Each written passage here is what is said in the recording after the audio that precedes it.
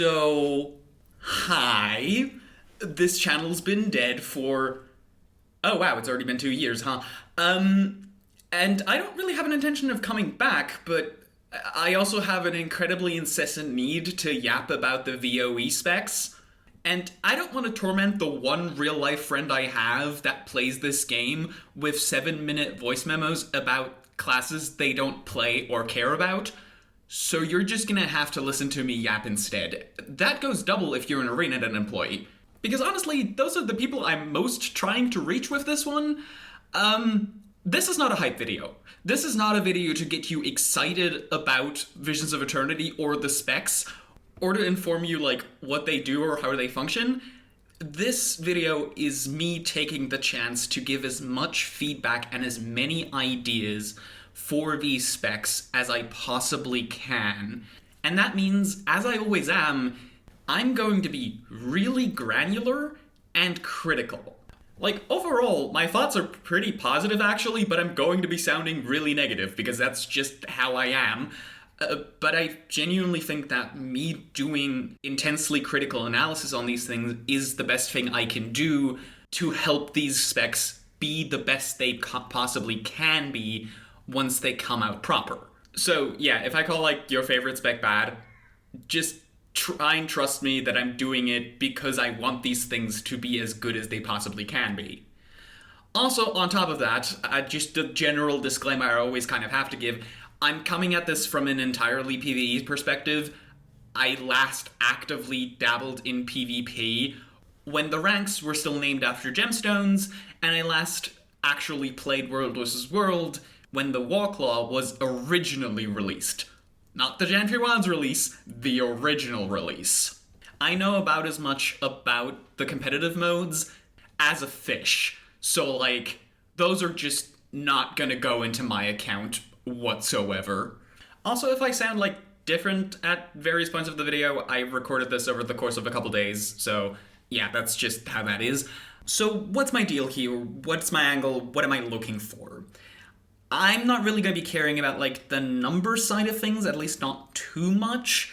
I don't really care how much, like, these things are benching for right now, and as funny as something like the Ritualist Shroud loop is, these are things that are relatively easy to fix. This is still super valuable insight for ANET to have, because it is stuff they definitely want to change before release, but I'm going to leave that to the people who are actually good at this sort of thing. And instead, I'm more looking at things like gameplay patterns and design and how well themes translate into mechanics, as well as some of the quirks of translating something that they came up with on paper into actual practical play, and where it works and where it doesn't. I am really looking for a new spec to deliver me a new way to play a class, to let me do something I could not previously do before, and to feel distinctly and specifically like I'm playing that class and nothing else. And this does not have to be done in a way that is necessarily complicated. Some really good examples of this are Soul Beast, getting rid of the entire pet mechanic and replacing it with the idea that you can be any of the beasts that you tame. It's not a difficult mechanic to use, but it brings across the idea of you and your pet becoming one incredibly well. Similarly, Reaper isn't necessarily hard, but it really introduced the idea of not only power necro, but also melee necro, which wasn't a thing up till then, and completely changed what necro can be by delivering you a completely new angle on the class that is cohesive both as a theme, you know, a Grim Reaper or Dark Knight, something of that nature, as well as mechanically as a tanky, melee, life-stealing necromancer. That is the sort of thing that I'm looking for. And when we get into our first spec, Evoker, it's at best a little lukewarm in that.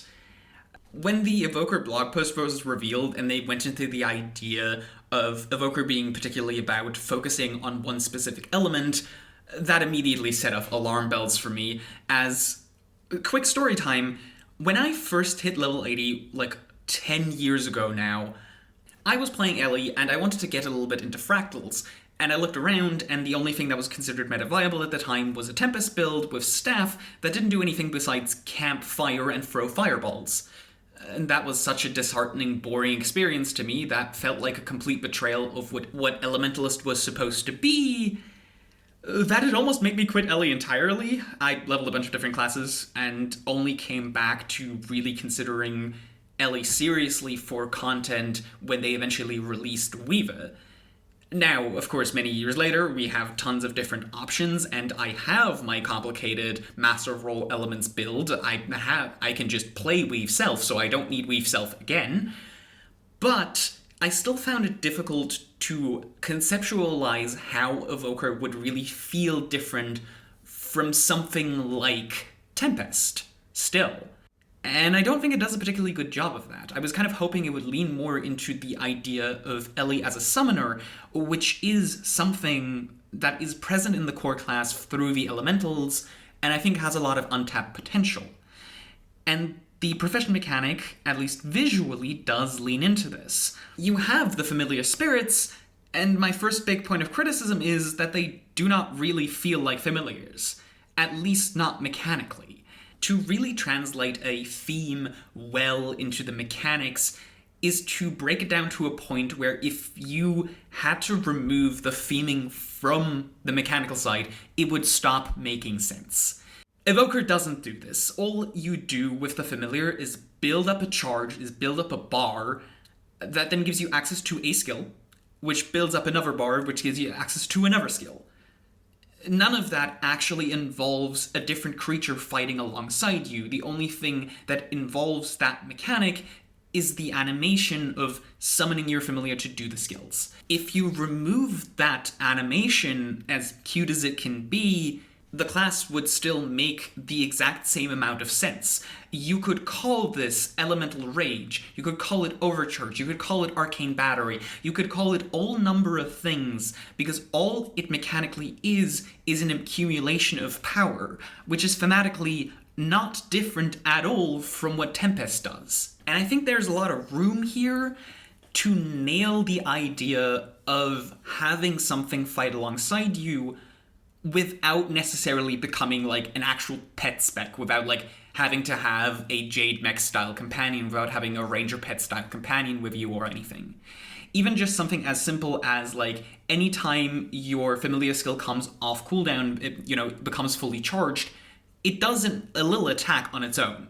Just without you having to press a button, it just fires a little really simple elemental attack that does a small packet of damage, and then you can very much just have a very simple trait that increases that thing's damage, and you immediately nail the idea of having something that's fighting alongside you so much more by having it gain a tiny amount of independence. But if you tie it to you gaining charges, then you still need to be proactive in using your skills to do that, and it doesn't become like the passive, oh, you're just letting the pet do all the work type deal that we've had problems with Mechanist and stuff. And I think that would go a really long way to merge these themes of being an element specialist and having this companion that's fighting alongside you a lot more, and making it feel more distinct from something like Tempest, even though it's a really small change, because small things go a really long way. Speaking of small things, let's talk about this trait and why it needs to absolutely fucking go. Okay, it's not a massive deal, but it is a really frustrating thing to me. Blazing Restoration is, in the Adapt Major slot, the only trait that is relevant for a Conduit build, which they obviously want to be a real build based on, the Firefox being all about it. And so, worst comes to worst, now your heal skill is part of your damage rotation. What really compounds this is that if you're doing a mono fire build, which is likely going to be one of the most popular builds coming out of VoE, at least conceptually, you're probably not taking Earth as your second trait line, because you're not doing a whole lot of bleeding, which kind of strands you on Arcane as your second trait line, and Evasive Arcana as your Grandmaster, which then puts your dodge into your DPS rotation, which means that on an actual monofire DPS build, your heal skill and dodge might be part of your DPS rotation. You don't have any other forms of defenses. This is the squishiest Ellie has ever been. And that on a spec, and particularly on a very specific build that is supposed to be super appealing to beginners. That sucks. That's terrible.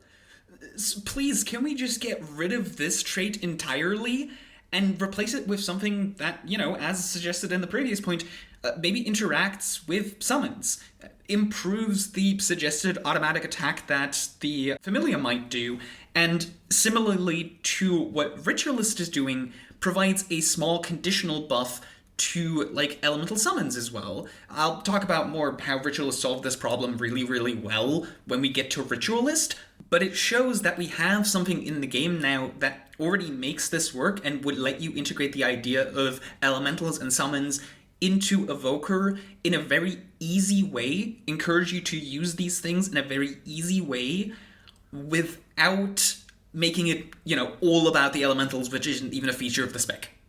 I think that would be a great idea. Please get rid of this trait. Now let's talk about something that is a much bigger deal, and that is Familiar Blessing and Support Evoker, which I'm just gonna say outright is complete fucking ass. If Evoker releases in this state, Support Evoker is going to race for the bottom of one of the worst healers in the game. Okay, it's probably not beating out meme builds like Heal Deadeye, but in terms of builds that are actually, at least sort of designed to be a healer, it is on the absolute bottom. Why is that? Well, Core Ellie, as far as support is concerned, doesn't really have anything going on besides healing. Water is so jam-packed with different types of healing, with regeneration, Conduit cleanse, passive healing, burst healing, even revival, but you don't really have anything else going on. And in Guild Wars 2, as it stands, the value of a healer is not measured by the amount of healing it can output, it's measured by the utility it can provide. Seen in Chrono being the most prominent healer in the game right now. And Catalyst kind of seemed to understand that. Cata has its own problems that I'm not going to get into right now, but the reason it actually works, really quite well is because the Jade Sphere and its extremely varied boon application that you can cycle through very efficiently and very effectively really complements Ellie's existing strong healing output by just handling everything it couldn't handle before. Evoker does not understand this, and all it gives Ellie is more healing. Okay, that's not 100% true. It gives you 99% just pure healing. You have one meditation skill that is actually useful to you, which is Fox's Fury, that, provides actual fury. But for everything else, you're screwed. You're stuck completely with the core game tools, and then you run into the problem that old Tempest used to have before it got good and it had to pick its secondary boons via its secondary trait line, because you're always taking water. But here's the thing, now you also kind of want to always be taking Arcane for the sake of Arcane Resurrection. But you can't do Protection without going into Earth and using Aura Share via Elemental Shielding, because for some reason the Toad meditation only does personal protection, and the only other source of it is the Familiar Blessing Toad, which then locks you out of Alacrity and makes your build completely unviable. But if you do that, then you can't do Might, because for that you have to go into Fire and take Pyromancer's Presence, generating Might the old way, partially through freaking fire field combos, and then sharing it via heatsink. Oh, but if you're doing that, then you can't provide Swiftness, because for that, you have to take Staff, because you have to use Air 4 to do it. And that is talking about the bare minimum of boons you're expected to be doing, which are largely mutually exclusive to each other. That's before we even talk about the fact that you can't do Vigor at all, or the fact that you can't do Stability or Aegis, which are just kind of expected at this point for every healer to have. I don't know what they were thinking. Seriously, I can only imagine this was made by some sort of PvP designer that just slapped these boons on here and went, yep, you have alacrity, you have healing, that's what healers need, right? Like, come on. If you're gonna design healers, at least let someone who's stepped foot in a raid in the past 2 years look over it. Or if that's not available, take someone who's looked at a herald once in their lifetime. There are some reasonably easy fixes for this. You add might sharing to Familiar Blessing as an additional universal effect no matter what element you choose, and replace the might that Firefox shares with more Fury, and then you offload the protection generation to the Earth meditation, and you can even add Vigor to the Water meditation, though having to offload the entirety of your boons to your utilities kind of sucks, because then you don't get to choose any more utilities, and you're also still missing Stab and Aegis, but honestly, why aren't these just core things Ellie has at this point? Like, just make Armor of Earth share a stack of Stab. There is no reason for this not to be a thing in 2025. And similarly, Arcane Barrier could be sharing Aegis. It serves a very similar function. I can see that latter one be a little bit more dicey in PvP, but I don't care about PvP, so figure it out. Because water as an element exists, anytime you give an elite spec a boon, it will come attached with a healer build, so there is no reason to have to offload these things onto the elite specs every time and waste space on the elite spec power budget for these now mandatory things that you could just make part of Core Ellie. And all of that is without even having to get into the nitty-gritty of oh, this has to exist alongside Heal Tempest, and you want to provide a reason for each of them to be played. If we wanted to have that conversation, this would take another 30 minutes, and the Evoker segment is already way too long. So to speedrun through the DPS versions of these builds, the quickness one is probably completely fine, because that one is actually just, it needs to do damage and it needs to provide quickness, and, well, that's exactly what it does. There is no more expectation beyond that. And, power DPS alacrity Evoker is probably not happening, because you're locked into the water traits, which all they give you is more healing, which you're not using at all. So, you're just, there's no reason for you to ever play this build over Power Alacrity Tempest. And I think that is completely fine, because we don't have a need to force this niche when it already exists. So, that I can live with. But Heal Evoker being functionally useless, not a great look. The other Grandmaster, Familiar Focus, is a little bland, but largely completely fine. The last one, however, Specialized Elements, let's be real, is the reason people are going to pick up Evoker. This is the most interesting thing about this spec. This is the thing that's going to draw people to it, aside from, cute Familiar animations. This is the thing. Mono Element Ellie. And this is probably one of the implementations of the idea of a mono element build that I actually think works. Surprisingly, this works. But I also think it could still be better. Namely, the part that I don't really like about it is that the 4 elements are never going to be on the same level as each other. Fire and air are always going to be the most relevant ones, while water and earth are kind of stuck as non-builds. Yes, even in saying that, I'm going to get a dozen people in the comments who come here purely to tell me how good, Earth Ellie is at soloing bosses or whatever, but once that novelty wears off, it is largely going to be reduced to a cool thing somebody once showed off as an open world build and made a hype video on, and that's it. And it doesn't have to be like that, because the weapons that we already have provide more than enough tools to make an actually reasonably powerful, damage build with any of the elements. As long as you didn't have to deal with the traits proccing effects that you don't want to use.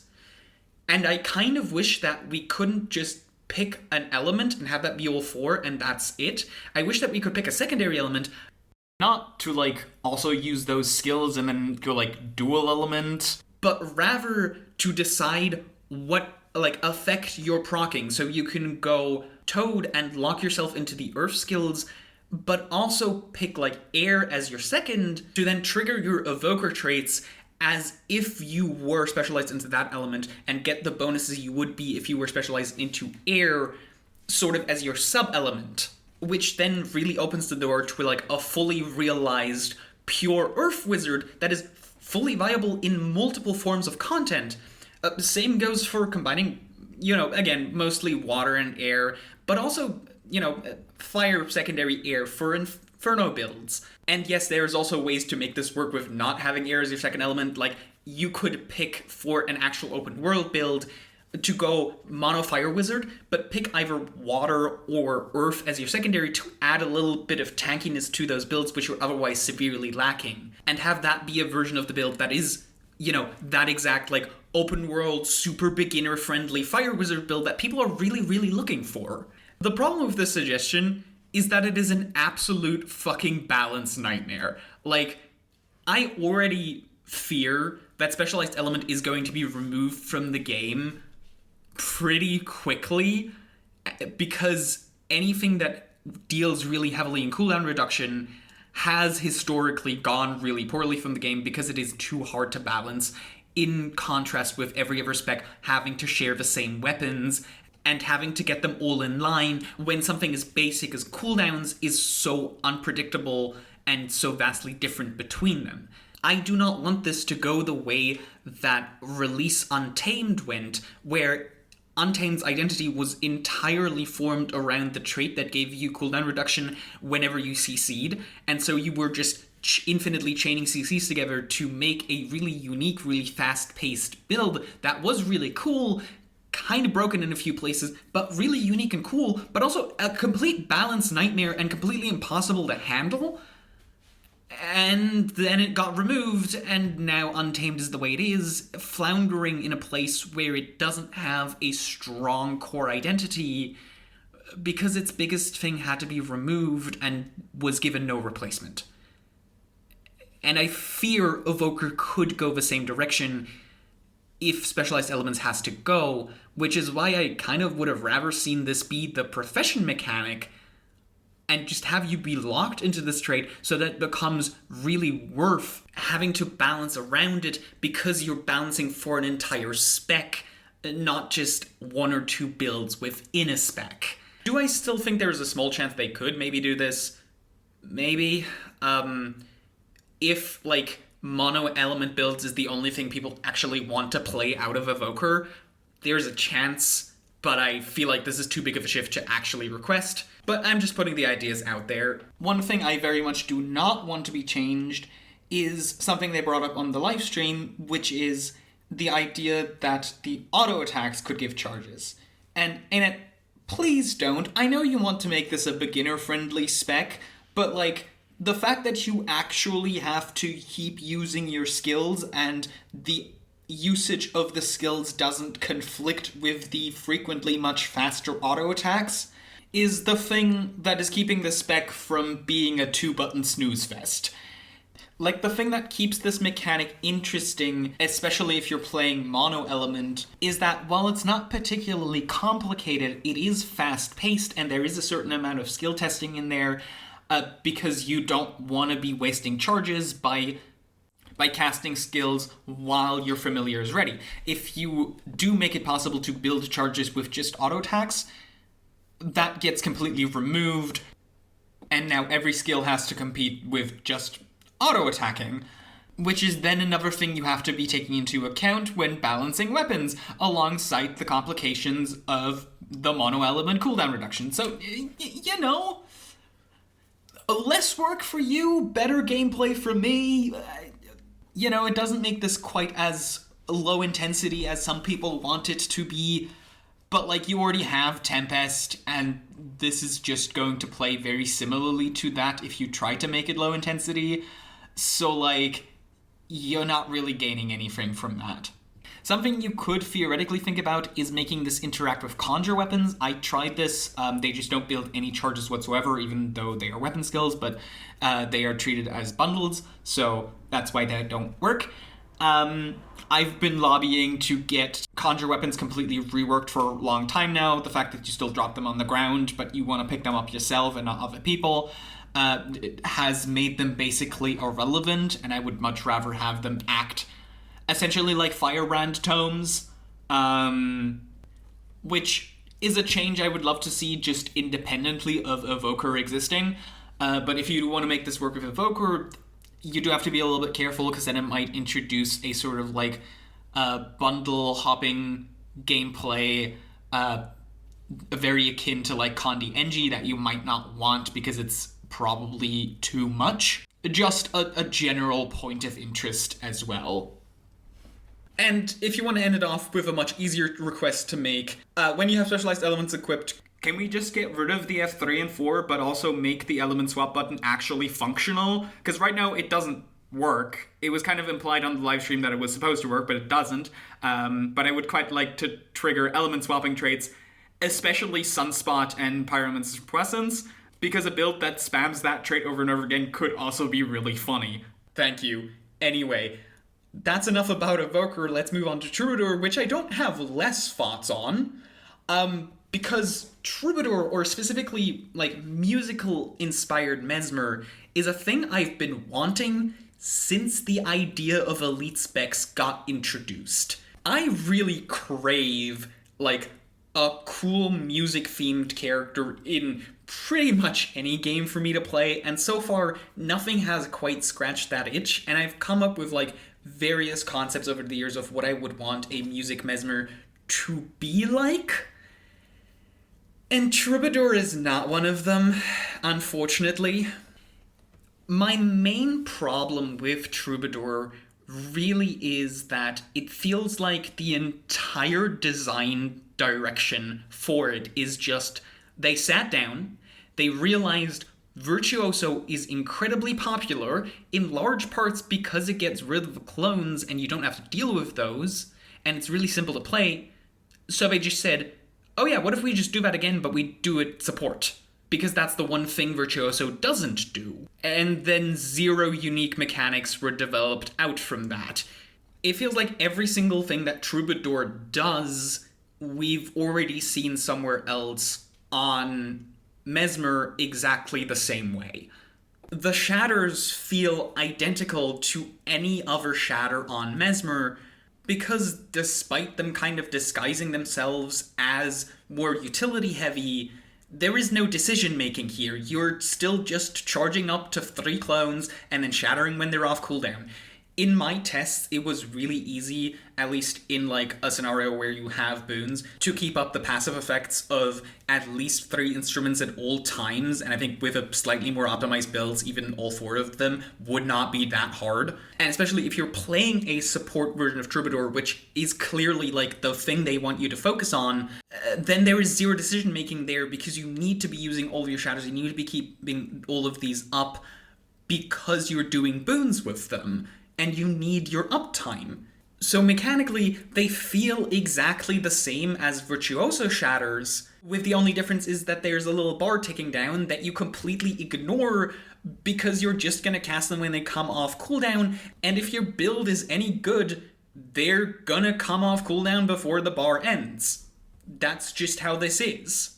And then you have Crescendo, which is supposed to be like the big culmination that you're building towards, but realistically, the thing you're doing with it on support versions of Troubadour is that it's just a big barrier burst, which, you know, would be tactical, but in practice it's just the consolation prize for the fact that you have to be using your F4, which you would normally use for the same defensive niche by sharing eggs to people. You have to use that off cooldown to maintain your alacrity. You don't get a choice in that, so you're replacing one tactical niche with the exact same tactical niche, but slightly shifted to the left because now it's Barry instead of Aegis. And on DPS, it just doesn't do anything unless you're using the Grandmaster that forces it to do something, which is a terrible Grandmaster because it's only active for a fraction of the time compared to the other Grandmasters, which are always giving you benefits, and they would have to really crank up the numbers on this for Altered Chord to be doing anything relevant. So on any damage build, Crescendo is just a completely dead skill. And even if they, like, tune up the numbers on it massively, all it really does is add another button for you to press on cooldown, because it only interacts with the number of instruments you have playing, which you're already trying to maximize at all times. Again, there is no special mechanic, there is no thought process that goes into using this skill. And the thing is, it is really hard to give feedback to Troubadour, for me, specifically, because this is working as intended. At least as far as I can tell, this is in fact what they want for Troubadour. Because when you look at how support Troubadour actually performs, it does really well, but that's because the core Mesmer kit already has literally everything you could want for support, except for the main boon. So all you have to do is give one of them a support boon and make it reasonably easy to apply, Alacrity in this case, and you're good. At which point, all that Troubadour is an easier to play Chronomancer. And it feels like that is exactly what they want. They want a Mesmer support build that is easy to pick up, easy to understand, and appealing to a lot of people. The DPS builds that come as a side effect of that are basically just trait fillers, because it is the easiest thing in the world to make a trait that just says, when used Profession Mechanic, gain bonus damage. Bam. Power DPS build, done. Zero effort needs to go into that to make it work.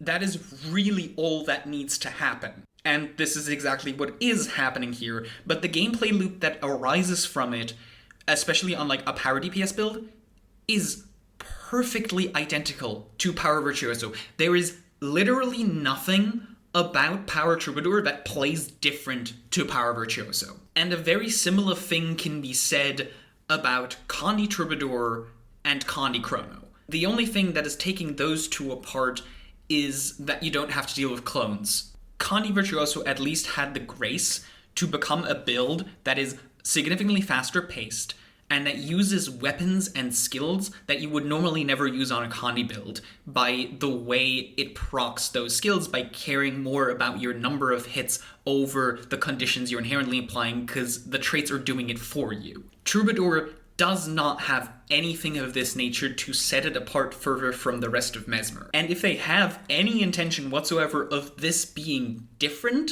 from how it currently is, I can't tell it's there.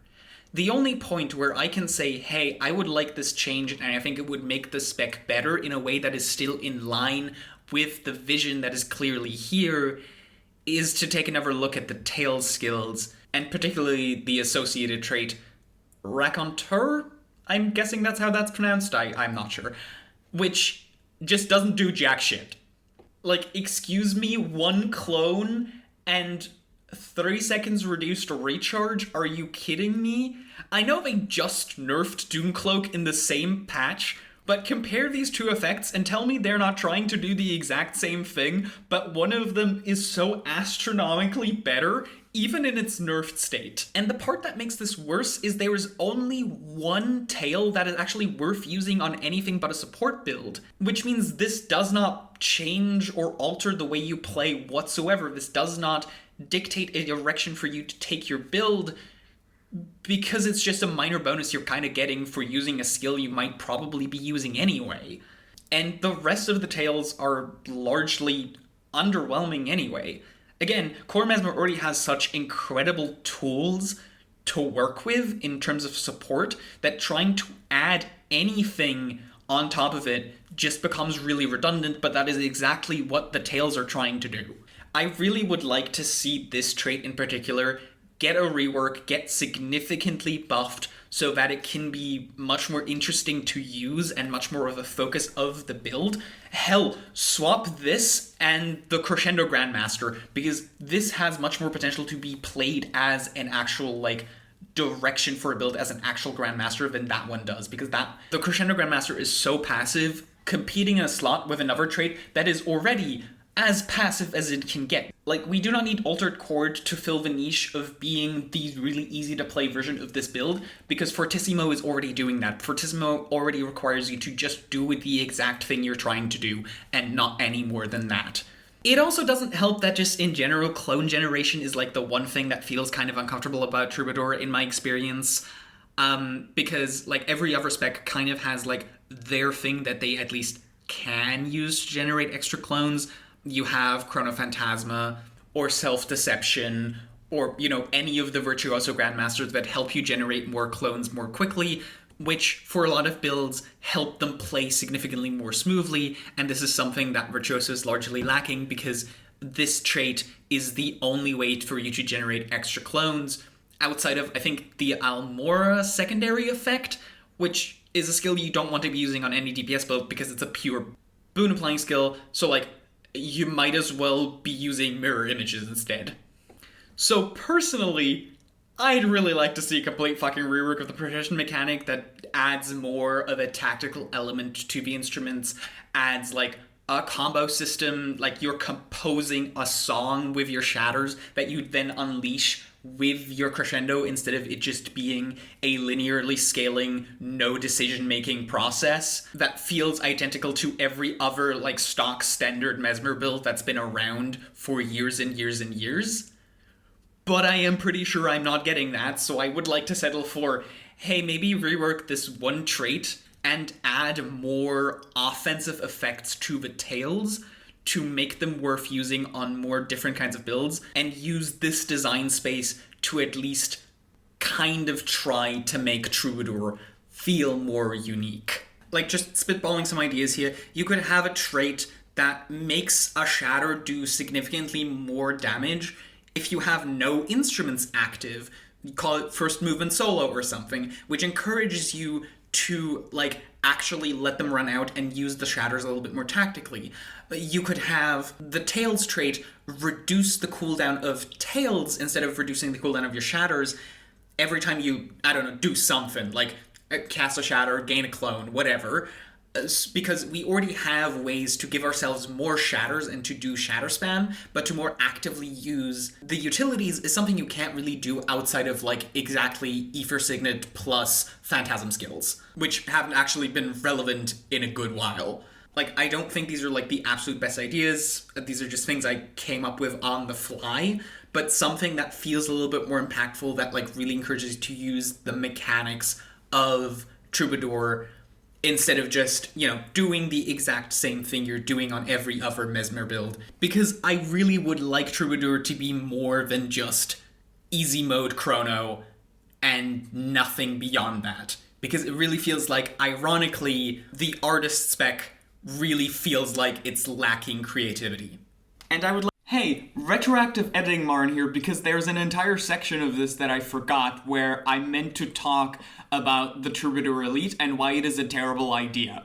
So, Distort Share used to be a thing quite some time ago, and it was completely broken. We have apparently learned nothing from this and are now trying to do it again. They did say on the live stream that this is something they're wary of, and like they know they're taking a really big swing with this. But yeah, I don't know if they thought that just because this has a 75-second cooldown, that that's the fix. Because obviously back in the day you had way more distortion because you could use it on any signet, which combined with the then mandatory Signet of Inspiration and things like Continuum Split, of course, gave you access to a bunch of distortion, and that was really broken. But the thing that actually broke the camel's back and the thing that got it removed wasn't having a support chrono who is sharing a bunch of distortion at certain intervals. It was having 8 to 10 chronos stacked on top of each other, sharing distort in intervals, and thus skipping basically every mechanic in the game. Like, it did also cause problems on just regular fights by making people completely immune to various mechanics, but that specifically was the thing that got it removed, having a bunch of them on top of each other. And there is nothing here that prevents this from happening again. And at a 2-second duration, that is longer than any distort was previously. So, like, I can't prove it, but it seems to be only a matter of time until somebody brings an, 8 Troubadour stack into Seracm, skips all the mechanics, and breaks it. So, this just isn't staying. I can't see any world where this is going to be healthy for the game in the long run. Not because it is inherently a problem, but because it just invites a whole bunch of problems. Because as soon as you try to make a fight hard and have mechanics that can be distorted, people will abuse distort. And if you then make distort not work on those mechanics, well then why have distort share at all? This just creates a lose-lose situation, and the only way you can fix this is by instead, once distortion runs out, applying a debuff to everybody that makes them immune to distortion. That is the only way I can see this fixed. And I don't particularly want this to be fixed, I just want it gone before it breaks again. I'd love to get more detailed and go into more depth like I do for a lot of the other specs, but that would require me to just fully process the fact that Troubadour is just this way, and this is the music mesmer I am getting. And I don't want to do that yet, so you're gonna have to bear with me and just take this more general examination while I go and try to settle my disappointment. That said, can we get a repaint of these utility icons? Because I do not like my skill bar staring back at me. It creeps me out, and there is a reason both the most of the Mesmer Phantasm skills and, like, the Minion Necro skills don't look at the fucking camera from their icon. Like, please, why? Speaking of Minion Necro, we're moving on to Ritualist. And Ritualist was the other spec that I was the most excited about. Not because I have a particular attachment to Guild Wars 1 Ritualist, but because the livestream actually convinced me that this is basically what I most look for in a spec. Minion Necro, and I do mean specifically Minion Necro, has been a thing people have wanted for such a long time to be genuinely viable, but has never been anything but, like, an open world build people force, and will tell you is incredibly, incredibly good, but is really just average. But people get so excited about it because, of course, it's Minion Necro. It is the reason you want to be playing a Necromancer most of the time, because you want a minion horde. But minions, historically, have not been allowed to be good, and with good reason. The way they have been implemented in Guild Wars 2 means that if minions are ever independently strong, it becomes an AFK meta, where you don't actually play the game, you just summon your minions and let them go and don't do anything, which is super toxic for the game. See the rifle mech debacle. Because if the playstyle that you're encouraging is to simply not play the game, why are you playing at all, right? And on top of that, there is the concerns about performance, because having a really large group of minions, has a bunch of extra bodies, and that really can crack down on performance, which is why having, like, a ton of minions is also not great. And for a lot of reasons, the way that the spirits have been implemented really feels like the fix for that, because they require you to actively use and manage them. They aren't completely permanent. They get better as you use them more actively, and they're locked to one particular spec, which just overall makes them easier to balance. Instead of, having core minions be really good and then having to worry about how they interact with every single spec. You just have it on one spec, and that makes it so much easier to deal with. Now, the fact of the matter is that the spirits, in terms of damage, suck complete ass. They are awful. They are horrible. But they function really well. I even used this as an example earlier, like, basically, the Shroud, the state of Ritualist Shroud, is such that you best do not want to be using it at all, which of course sucks, but is also a really, really easy fix, because you just turn up the power damage scaling on them and you're fine. That is all you really need to be doing. They are just undertuned in terms of the numbers, and that is an incredibly easy fix to make. And the different things you can do with Ritualist also already feel very cohesive. You have a solid shell for a power DPS build that wants to keep the minions around as much as possible. And for my testing, that is honestly pretty easy to do. Life Force generation, especially on power builds, is so easy that just permanently having your spirits up by doing very normal Necromancer things is not a challenge whatsoever, and thanks to the trait that makes them moves around whenever, Wandering Spirits, it's also really comfortable to use because you don't have to worry about like leaving your spirits behind and having to recast them all the time to make them keep up. It's going to be one of those things where any benchmark video is going to use Explosive Growth because it is technically a damage increase, but in practice you'll usually want to be taking Wandering Spirits, and that's completely fine. It's just something to be aware of. And what I also love is the thing that I kind of brought up with Evoker, the first spirit, the basic power spirit, Anguish, applies a debuff to targets that makes them take more damage from summoned creatures, which includes both your spirits but also your minions, which subtly also encourages you to actually play a minion necro and gives them a very easy way to balance and empower minions on specifically Ritualist without ever having to break them on the other specs. Now, from my testing, and admittedly I'm terrible at benchmarking, so like this doesn't have to actually mean anything, but they felt very competitive with using the like default selection of wells that you would normally bring. So if you just crank this buff up a little, which is necessary anyway, because again the spirits themselves are kind of terrible as they are right now, you could genuinely have a viable minion necro build that doesn't incur the problem of being incredibly passive, because Painful Bond only becomes active whenever you actually cast Anguish. It doesn't just get passively reapplied. Another thing I do really like about Ritualist that I don't think is taken quite far enough for my liking is the alternative style of build that you would use with Explosive Growth and then probably with Soul Twisting, where the idea would be you spam out a lot of spirits. You don't want to keep them around. You instead spawn and blow them up, spawn them again to trigger these as many times as possible and kind of play more of a minion bomber style build, which is also a thing that existed in Guild Wars 1 and was a style of Ritualist that was around and people quite liked. Now, unfortunately, Soul Twisting is absolute fucking trash as well. Really sadly, I wish this trait was a lot better. It is incredibly unimpactful as it is right now. Casting one of the spirits, usually Anguish twice, is nice, but barely changes the math on anything. And at least for PvE, I would really, really, really like to see this trait get a major buff so that this alternative style of Ritualist can really shine as well. And while we're on major buffs, can we just rework Death Magic as a trade line again? I know this isn't about Ritualist directly, but I do think that it would make sense that like a more minion-orientated Necro build should also have the potential to viably run Death Magic.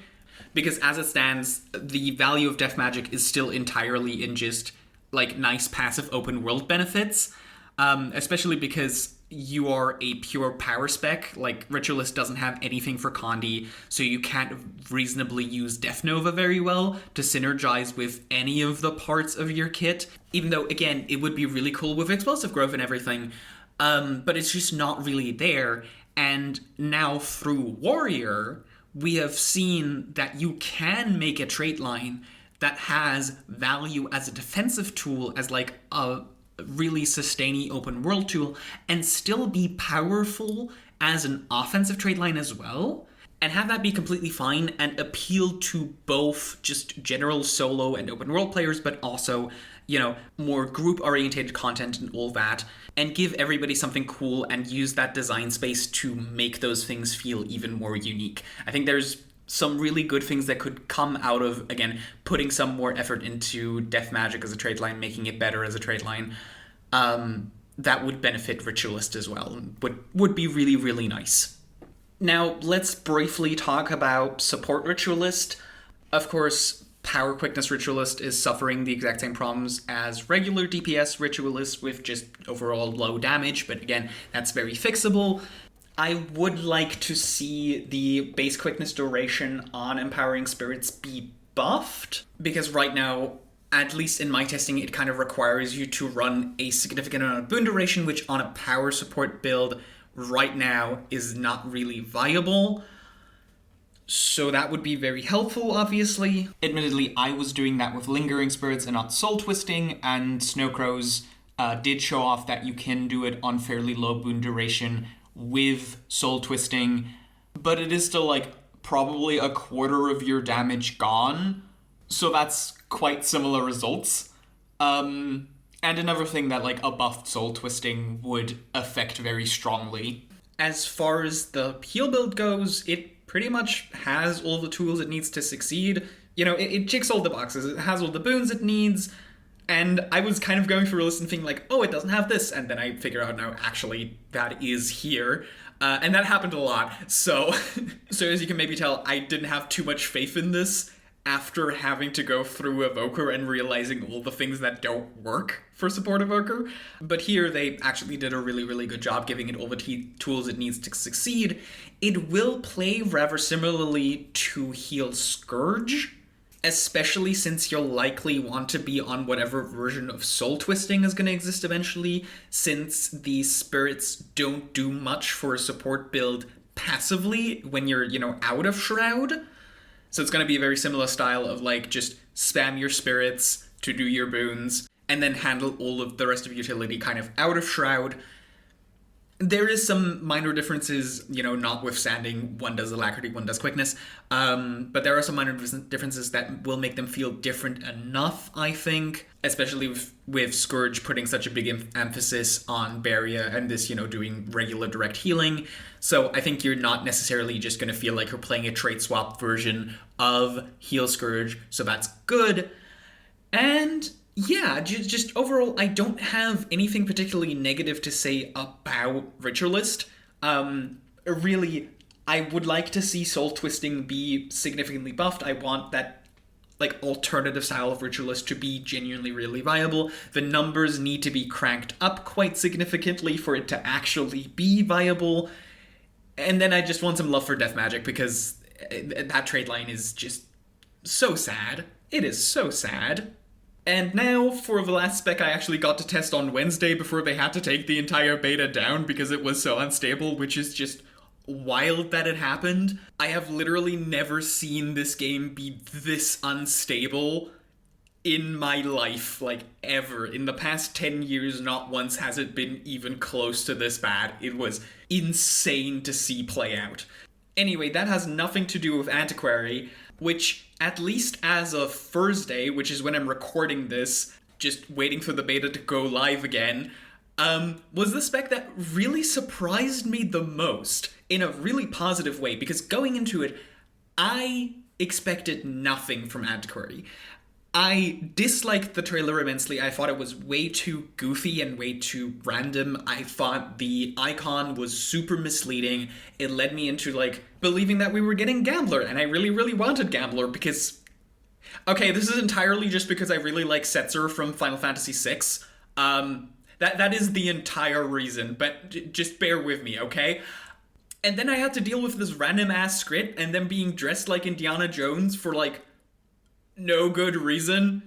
I really don't think they're doing themselves favors with Antiquary mixing so many different aesthetics and so many different visual identities together at once, when really the kit as it's mechanically implemented, yeah, this is just Gambler. This plays exactly like I would want a Gambler spec to play. It is, at least with the right combination of traits, really frantic, kind of chaotic, very reactive if you want it to be, and that's kind of great. Based on the live stream, my expectations for the spec were super low, because I thought, oh, okay, we're randomly getting these artifacts, but like half of them aren't useful to you most of the time, and you can't relevantly use them for utility because you can't predict when they happen. But you also want to grab as many of them as possible, so you can't like store them and keep them around if you wanted to either, which just feels like an incredibly confused design choice. And then, like, the traits weren't really giving me a direction for the build either. But once I saw them in action, and once I tried a couple different combinations, I realized, actually, no, we can just play random bullshit roulette go, and it's kind of fun. Now, to be fair, the only version of this build that I felt like it actually worked well was if you were taking exactly Prodigious Pincher, which then lets you steal more often, generate more artifacts in a way that is more controlled than having to use improvisation, because improvisation does some really weird things with how you get your artifact. Improvisation does not work the way I would want it to. It feels really weird to use. Not a fan. But with Prodigious Pincher, it creates this gameplay loop of you spend all your initiative, you recharge your steal, you spend all your artifacts, you get your initiative back, you spend all your initiative, and suddenly your entire thing is based around managing your initiative and your steal cooldown and your artifact stock all against each other, and it's actually really fun. And once you introduce Script Scuffle into this, it becomes this really frantic, kind of reactive, quite fun version of the build that if you're also taking Prolific Plunder, which gives you 3 slots, which just makes Script Scuffle go completely fucking insane, that requires you to be very reactive, and it's very fun, very engaging. And there is an easier version to play of the same build by using Split Deck, which then guarantees that your F2 will always be an offensive artifact, which again creates a much more easy to pick up version of the build that's not as chaotic and as overwhelming as the other one. Now, unfortunately, this build that I was testing out is not the good version of this build. The good version of this build is taking Combat High, because the buff you get from Combat High is completely nuts. It is such a massive buff that it really overshadows anything else. But the way it works is also insanely boring, because it doesn't even care about your artifacts. It exclusively cares about your steal, which is a much less unique skill, especially on Antiquary, which gets rid of even the Shadow Step component of it, and it turns it into an entirely fire and forget buff button that you do not care about what it actually does. Script Scuffle and the minor enterprising aristocrat still kind of keeps at least some of that gameplay loop alive, because obviously you do still want to be spending your initiative just to do damage skills, but it feels nowhere near as cohesive as a gameplay loop as it does with Prodigious Pincher, in my opinion. All that is to say, I'd really just like those two traits to be brought more in line with each other. And then also, ArenaNet, do all of us a massive favor and color code the artifacts more clearly. And also maybe make the icons just be a little bit bigger so they're more easily readable. But like right now, the thing that they're already doing is that each of the different artifacts, is already in a distinct color, so you can quickly tell them apart by the color without having to decipher the icon. But what I would quite like it to be is that all the offensive artifacts have like warm tones from like red to yellow, while all the defensive artifacts have tones more in the like green to blue range, so that when your Script Scuffle is going off and you have like 3 artifacts coming in every 2 seconds, the less you have to think about it, the better. And while that is a certain amount of mastery and skill expression you can have there, just making that a little bit easier on people would be really, really nice. Another suggestion I have is that one thing they mentioned on stream is that they are thinking about like, hey, we could maybe add a support version of this here somewhere, and I think there's definitely room for it. Like, you could very easily just throw either Quickness or Alacrity on Possessive Hoarder, the last Grandmaster that we haven't talked about at all, and that would work. That would already just work, and I think that would be a good idea to add a little bit more variety to Antiquary, because no matter what, Prodigious Pincher and Combat High are always going to compete with each other, and they are not going to be different enough to generate completely different builds. Like, they're always going to be occupying the same space, doing roughly the same thing, they're just going to feel slightly different. And so one of them is always bound to be a little bit worse and kind of get ignored.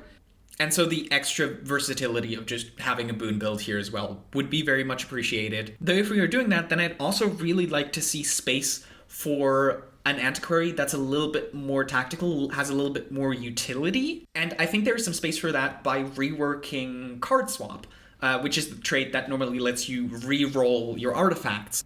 which is cute, but especially when it's competing with split deck, isn't actually, like, reliable enough to function as good utility in that regard.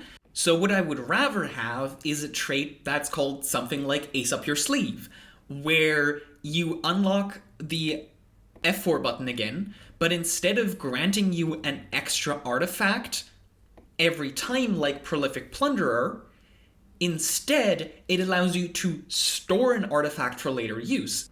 So out of combat, you get to pick one artifact that you then always start with, the Ace Up Your Sleeve, and then in combat, if you only have one artifact, you can press your F4 and transfer the artifact that you have from those ones into that special artifact slot, and then whenever you gain new artifacts, that special artifact slot does not get overwritten by the existing ones. That way, you can save defensive utilities that you might want for later in the fight again for when they are actually useful. And at that point, we're only like a few extra boons and like one extra healing skill away from Heal Antiquary being a real thing that could be, viable. I think that would be extremely cool. I think that is also kind of hard to implement, obviously, but like feel extremely free to steal this idea. Last up, I do want to talk a little bit about the backfire skills, because they are the one part of the kit that really confirmed my worries for Antiquary, because they feel exactly as bland and underwhelming as I worried they would, because there is never really a reason to not use them immediately off cooldown. Which I think is probably better than the alternative of like, oh, you make them so risky that they feel like they're never worth using off cooldown because you just instantly die when it rolls badly. And that's kind of frustrating. But in my experience, like the little bit of damage you take from using them and them backfiring is so small that it really doesn't matter. It might generate some funny situations on rare occasions where you do it immediately after some mechanic hit because you were just doing the rotation and it happened to work out that way, and then you die because of it. Which is funny, but also no different from like locking yourself into a movement skill and then running into a mechanic and dying because of that. Like, that's not really any different, even though it is differently funny, for sure.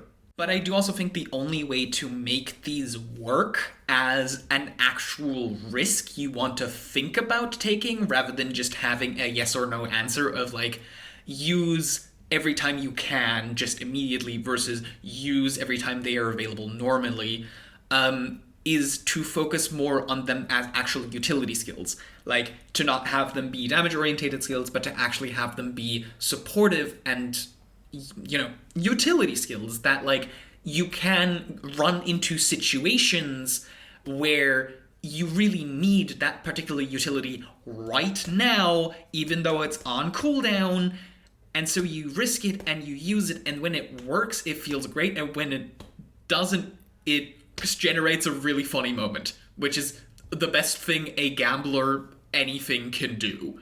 Which is exactly the perfect place to put the script animations. Like, please put more script animations on the backfires. This is the one place where they work incredibly well, because those being funny makes them work so much better. This whole thing is also just another point in favor of there should be a heal antiquary, because it makes backfires more interesting to use if they are for utility rather than for damage, because damage will always have a binary answer as to are they worth using or not.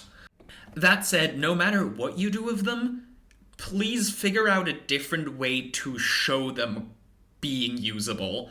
I don't know what that would look like, but right now it is incredibly hard to tell when they are actually available, because when you use them while they are on cooldown, they just go on cooldown again.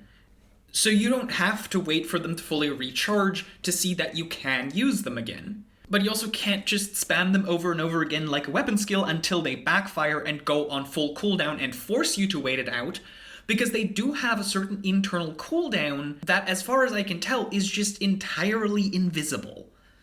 And it would be kind of nice to have some sort of other display to let you know when you can actually use them even while they are on cooldown versus when they are properly just recharging. Probably the only reasonable way to do that is color coding. Again, have them be really bright red when they are available, even while they are on cooldown, and have them be grayscale when they are completely unusable.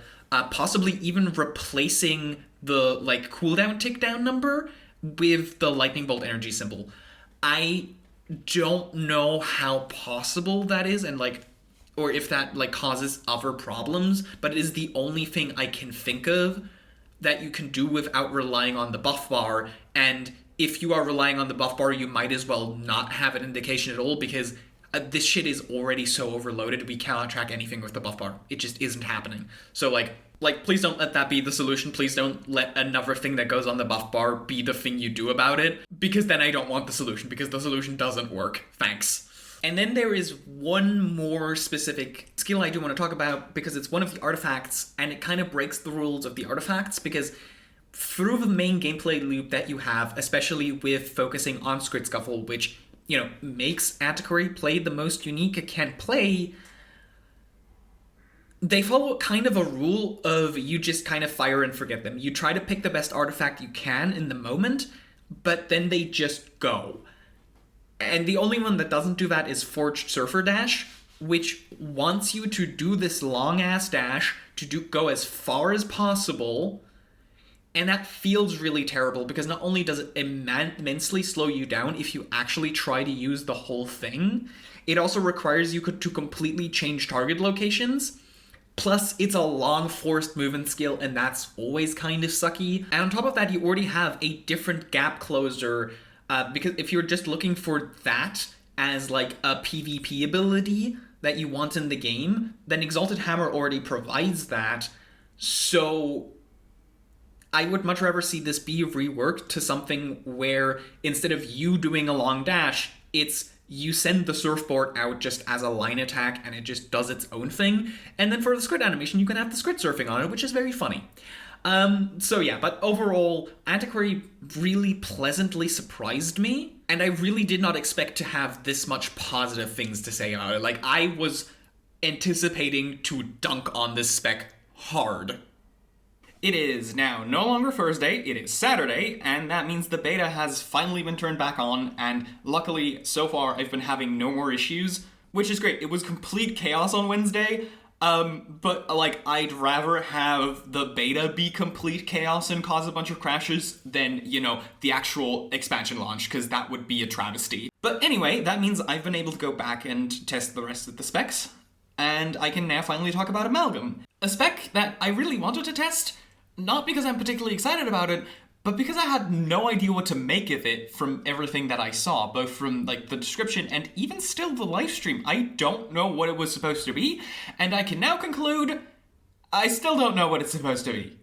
Okay, once per expansion at least, we get hit with one of these specs where it seems like the entire identity that they designed for it is Bruiser, which is not a real thing. I'm sorry, Init, someday you're going to have to realize this.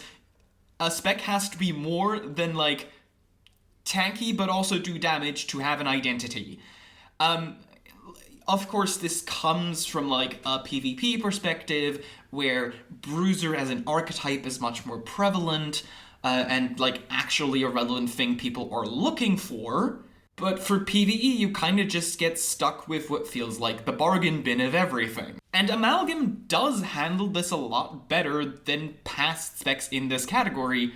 Unfortunately, this is on Engineer, which already has a Bruiser spec. It's Scrapper. And I don't know why we need two of them. Really, from everything I've tested, more than anything, Amalgam feels like it is just Core Engineer Plus, with, you don't really have a truly unique mechanic or a thing you desperately need to be playing around, the same way that, say, Scrapper really wants you to be playing around super speed and combo finishers, and, Holosmith has the entire Holoforge mechanic. as an additional resource management and as an additional like special kit that requires a whole bunch of interaction. And Mech has, the Mech, which is the best pet in the game, bar none, and the pet build that Ranger has always wanted. And Amalgam has improved tool belt skills that are actually worth using, rather than just pressing because they are there. And Evolve very much feels like an extension of that. Evolve doesn't do anything truly unique, it's just another buff. And there are at least some traits that do make it feel like you have more of a gameplay loop you're playing around, namely mercurial tendencies and symbiotic synergy, which do create a real gameplay loop that's like feeds into itself by using the mechanic. So that's nice. But again, the mechanics themselves aren't special. Like, there is nothing super unique about Amalgam's gameplay. And I feel like Gen 4 Elite Specs is a bit late to be doing this. Again, especially when you are already competing with Scrapper. But even as in saying that, like, there's a lot of fairly tank-related traits on Amalgam. But from my testing, I felt nowhere near as tanky as I do on Scrapper. Just because the Barrier trait on Scrapper, that minor, is so insane in giving you sustain and defense for no cost whatsoever, because it's a minor and you literally just get it passively. You don't have to do anything to trigger it. Whereas with Amalgam, I was maybe sustaining 2-3k Barrier, which is not a lot, at least when you compare it to the existing option of Scrapper. So you're not nearly as tanky as that, but your gameplay loop is a lot more involved than something like Mechanist, which, takes a lot of the pressure off you by offloading it to the AI companion, but you're nowhere near as complex as, like, the top level of Hollowsmith, because you don't have, like, an extra resource thing you need to constantly keep track of, and invisible cooldowns. Everything's on your bar at all times, and it's very manageable. It's fast-paced, but it's not complicated. It feels a lot like Soul Beast in that regard, where you have a bunch of buffs that you kind of want to line up with each other, and you have a very basic loop you're just going through, and that's about it. Like, you press a lot of buttons, but none of them make you think too hard about what you're doing. And I can only assume that this is intended. I can only assume that this is meant to be the true, like, Core Plus spec that really feels like you're playing Core Engineer, which in itself, Core Engineer has been viable just as an actual DPS a number of times throughout the game, post Hearthorn's post Elite Spec introduction. Though, in the early stages, it was just because Scrapper was completely trash and it didn't do anything because it was a dedicated bruiser spec, that now, many years later, and several Scrapper reworks, that's of course no longer the case.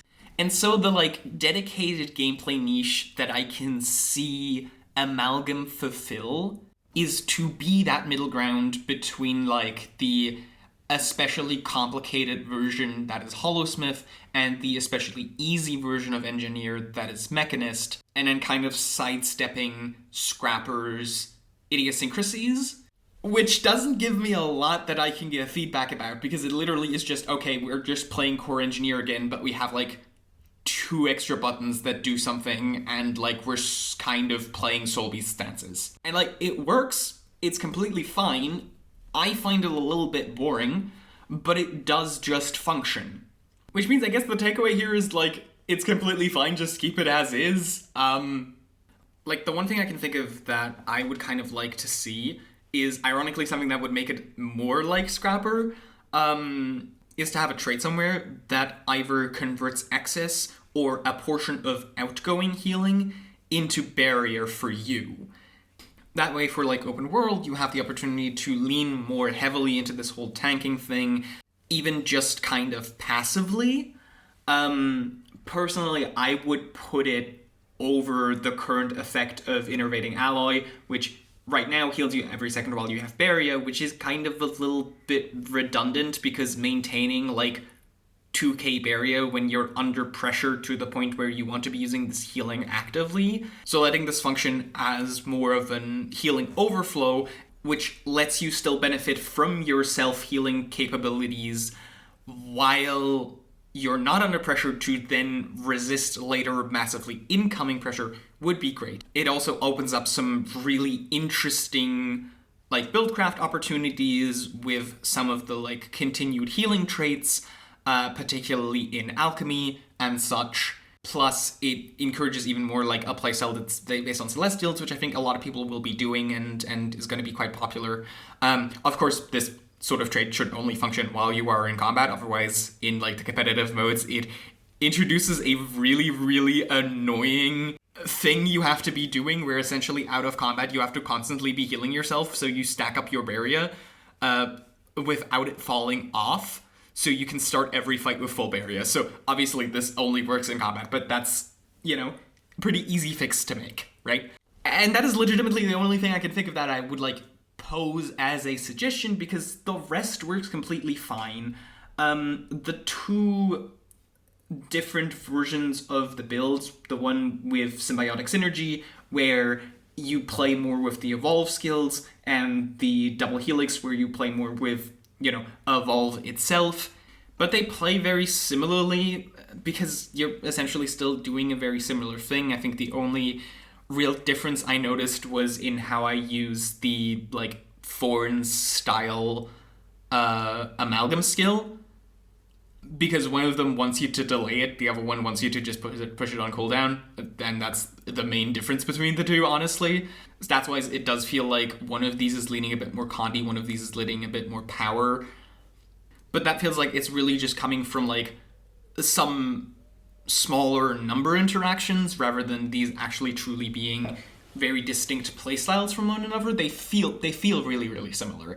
It's not something like the Holosmith traits, where Enhanced Capacity Storage Unit and Photonic Blast Module and even Thermal Release Valve, like every single Holosmith Grandmaster makes the build play completely differently and put your focus on completely different parts of the kit. And I don't really think that Amalgam has the same design space to be doing that. And if there is, I can't think of it. Like, I can't think of a way to make these play more distinct, because in every single case, it's just Evolve is going to play around keeping up the Evolve buff as much as possible, while Symbiotic Synergy spams the Morph skills as much as possible.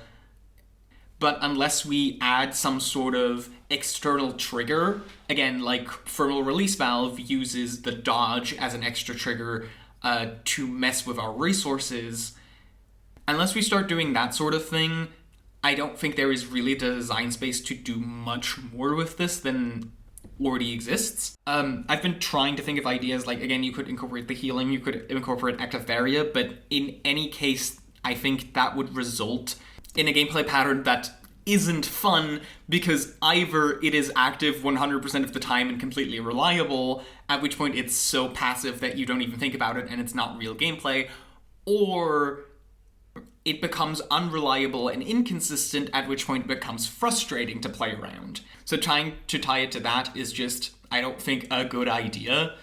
And like, Mercurial Tendencies already kind of fulfills that role by tying them to CCs, so you want to take that into consideration in order to perpetually keep up your Evolve. But because Evolve also recharges your Morphs with Symbiotic Synergy, you end up still kind of playing the same thing no matter what. And again, it feels completely fine. I'm just not really seeing the selling point of Amalgam, unless you're really into slimes, which I don't count because it's pure fluff. Like, I need facts and mechanics to actually care about something, not just the fluff attached to it. But unlike Troubadour, Amalgam distinguishes itself just enough from the other specs that it doesn't start to feel like an identical copy. So yeah, I guess just keep Amalgam the way it is. It's fine, I just don't think it's interesting.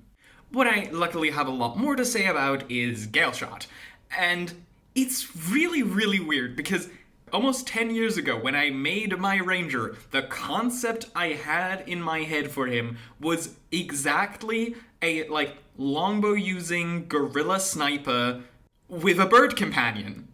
That was the concept. I don't know what ArenaNet employee looked into my brain and made this a reality, but it is here now.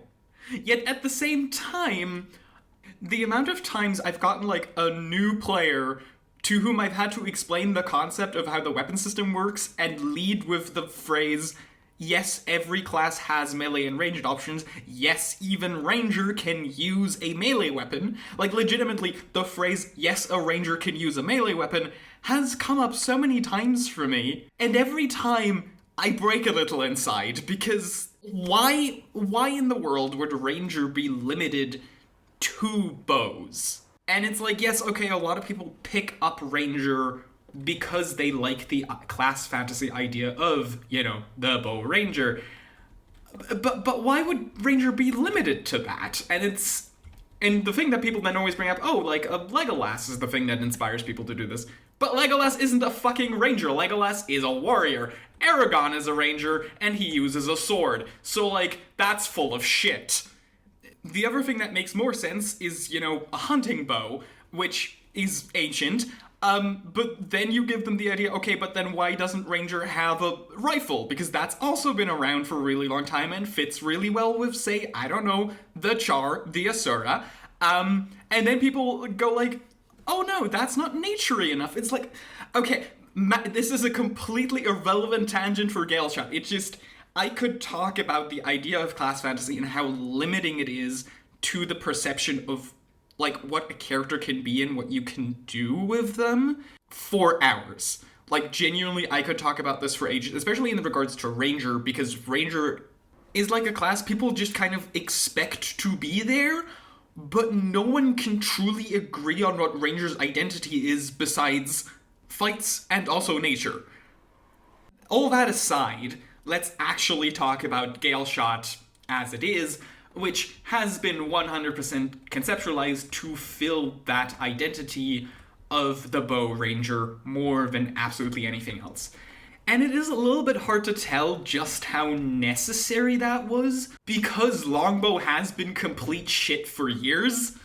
It's just, longbow has been the worst power weapon by a country mile for years now.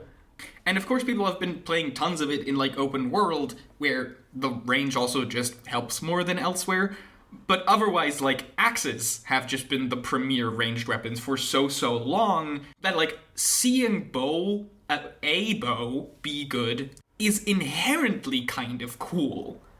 But the same thing could have been achieved long ago by just buffing longbow damage, which it feels like Ana just kind of forgot is a thing they can do until they remembered this patch.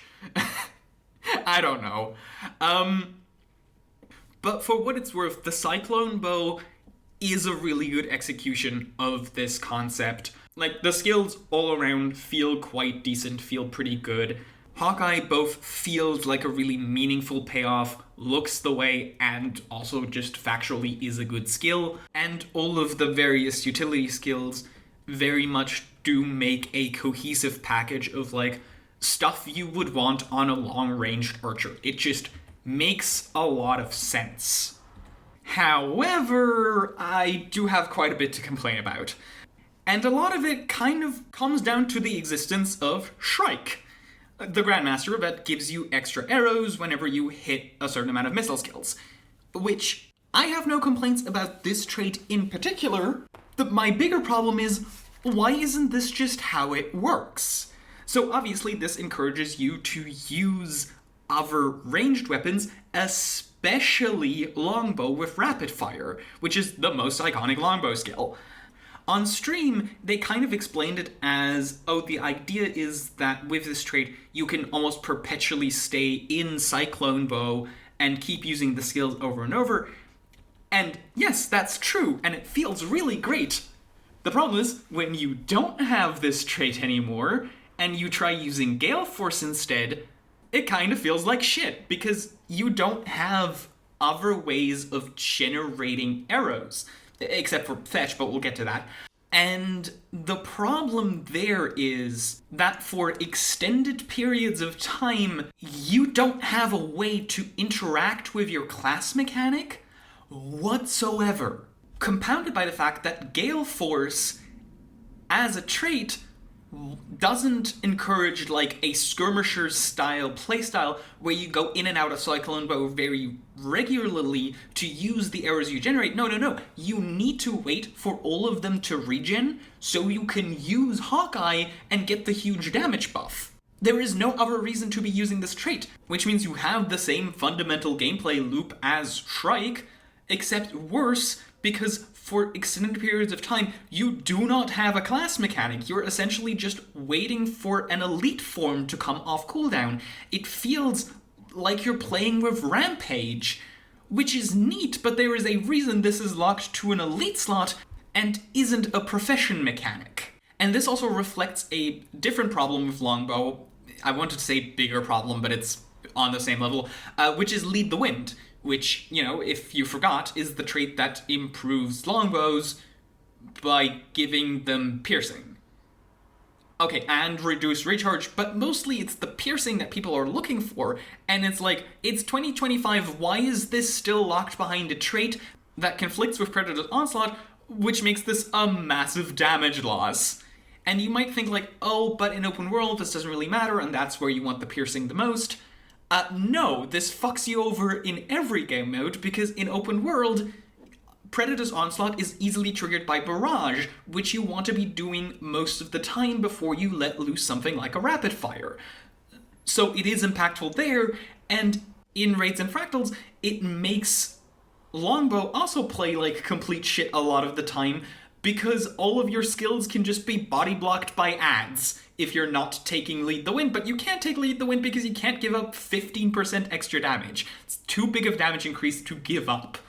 If, and only if, Lead the Wind also applied to the Cyclone Bow, which just inherently has more powerful skills, especially with Hawkeye, I might understand. Because then it's a real trade-off that actually is kind of interesting.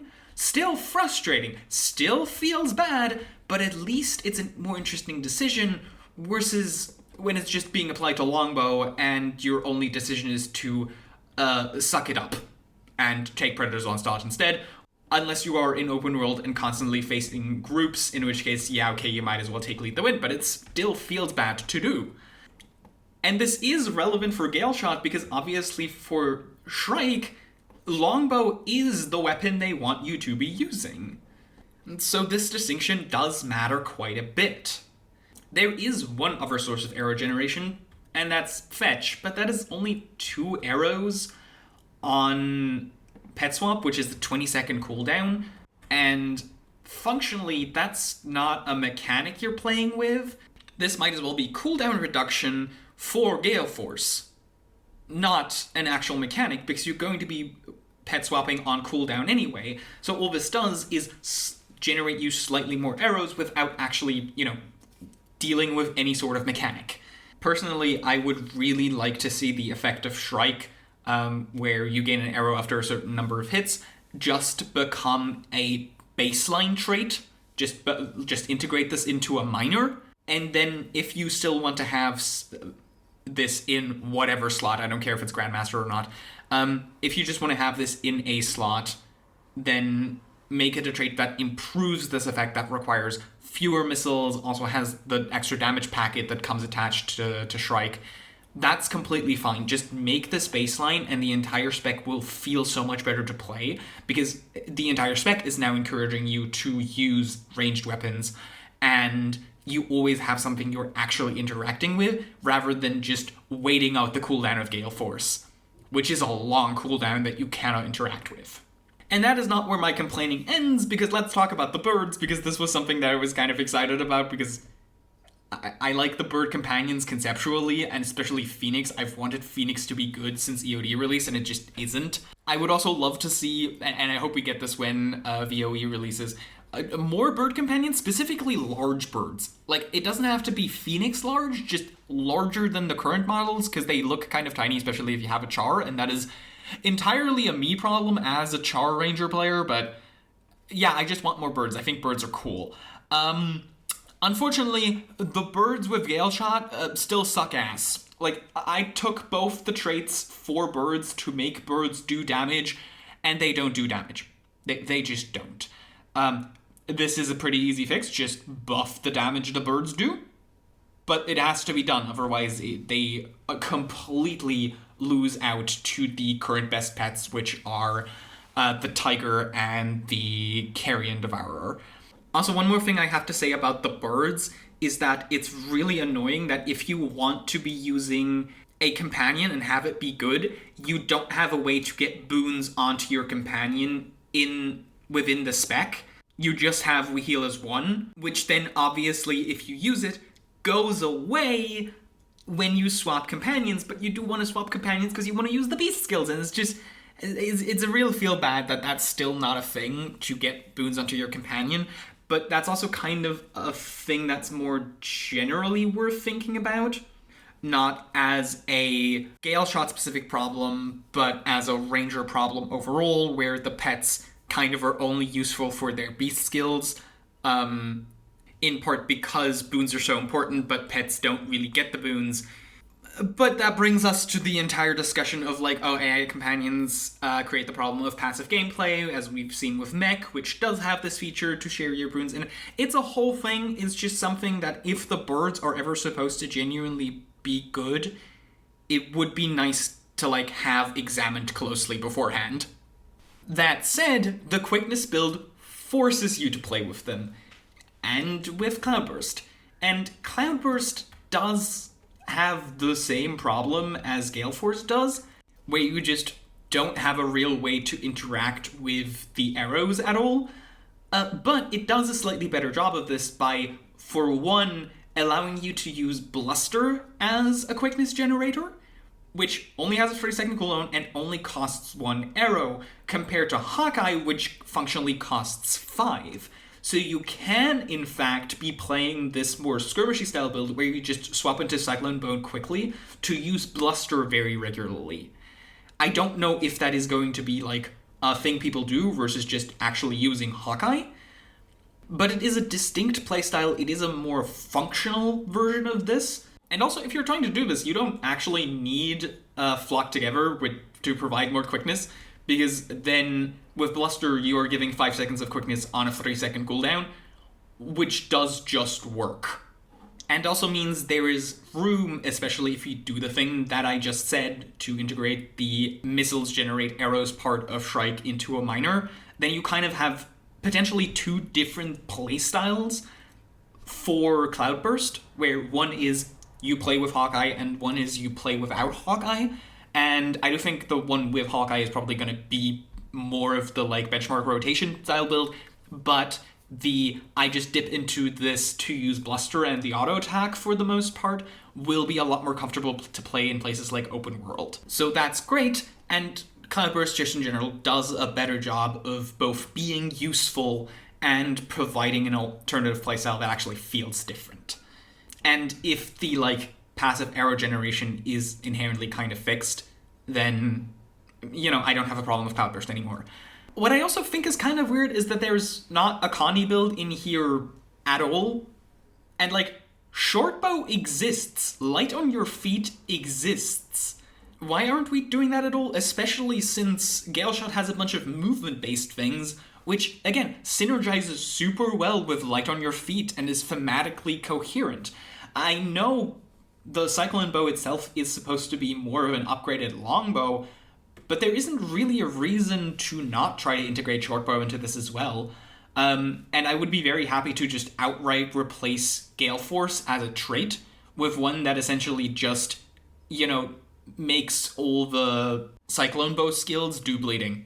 It is that simple. It is really that simple. To bring a Connie build into this, and then maybe you, add a couple stacks of a condition, again, probably just bleeding, to Whirlwind to further synergize with Light on your feet. And then suddenly that skill is also useful in PvE. And, again, it is very, very simple to add a different playstyle here, because I don't think Gale Force provides anything interesting or useful, especially since the style of thing that Gale Force encourages, which is you go into your Cyclone Bow, you use all the stuff so you get the Hawkeye, and then you get a huge damage buff, and then you use all your burst skills on your regular weapons. That is the exact same thing that Soul Beast has been doing for ages with the Sikkim One Wolf Pack combo. It achieves the exact same thing. I did say at the top of this that my problems were with Shrike, and I'm noticing more and more that no, all of my problems stem from Gale Force exactly. Huh. No, actually, wait, the bird buff. The bird buff is a thing that Gale Force has nothing to do with. But yeah, that's the gist of it.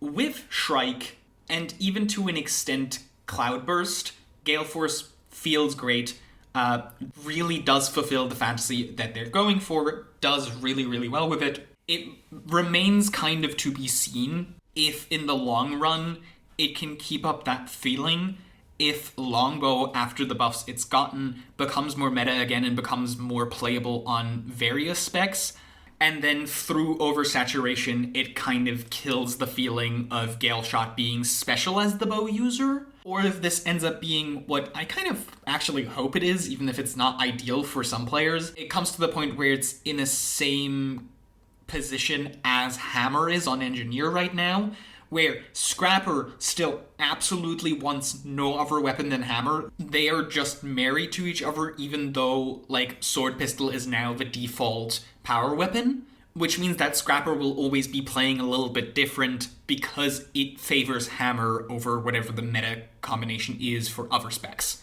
Which is also a large part of the reason I'm not happy with Soto's weapon mastery in general, but again, different topic. It's like the third other topic I've opened up today. And here I was closing down the channel because I had nothing to talk about.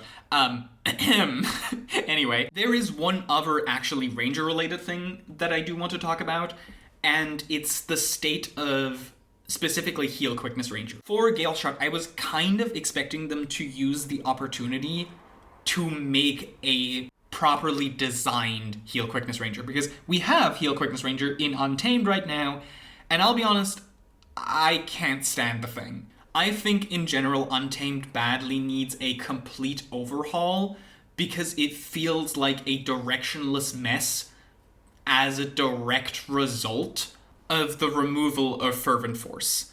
Without it, I don't think Untamed has ever truly found its footing with a cohesive gameplay pattern that goes beyond ambush skills go bleh. And I think Untamed could do a lot better than that. And that also goes for Heal Quickness Ranger, which feels less like it was intentionally put into the game and more created for a series of coincidences of like, oh, we gave Core Ranger all the tools you could need because no other thing besides Druid cared about the support tools of Ranger, so we might as well put it into Core. Followed by, oh, we need to replace Fervent Force with something, and we already have a different power DPS trait.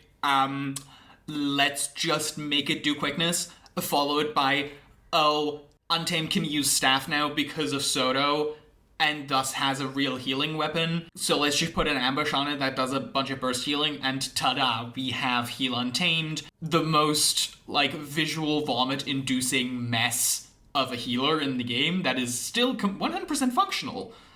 But I really feel that it is just a cobbled together mess rather than an actually designed healer. And I just don't think ambush skills belong on a healer. I think they play terribly just from a feeling standpoint for me. And like, it would not be difficult, again, because the core capabilities of Ranger to be a support, to be a healer, are so absolutely fantastic. Like, it's in similar boat to Mesmer, where it just kind of already has everything it could want, aside from exactly the ability to do a boon. All you really need to give it to feel cohesive is just another thing that interacts with support.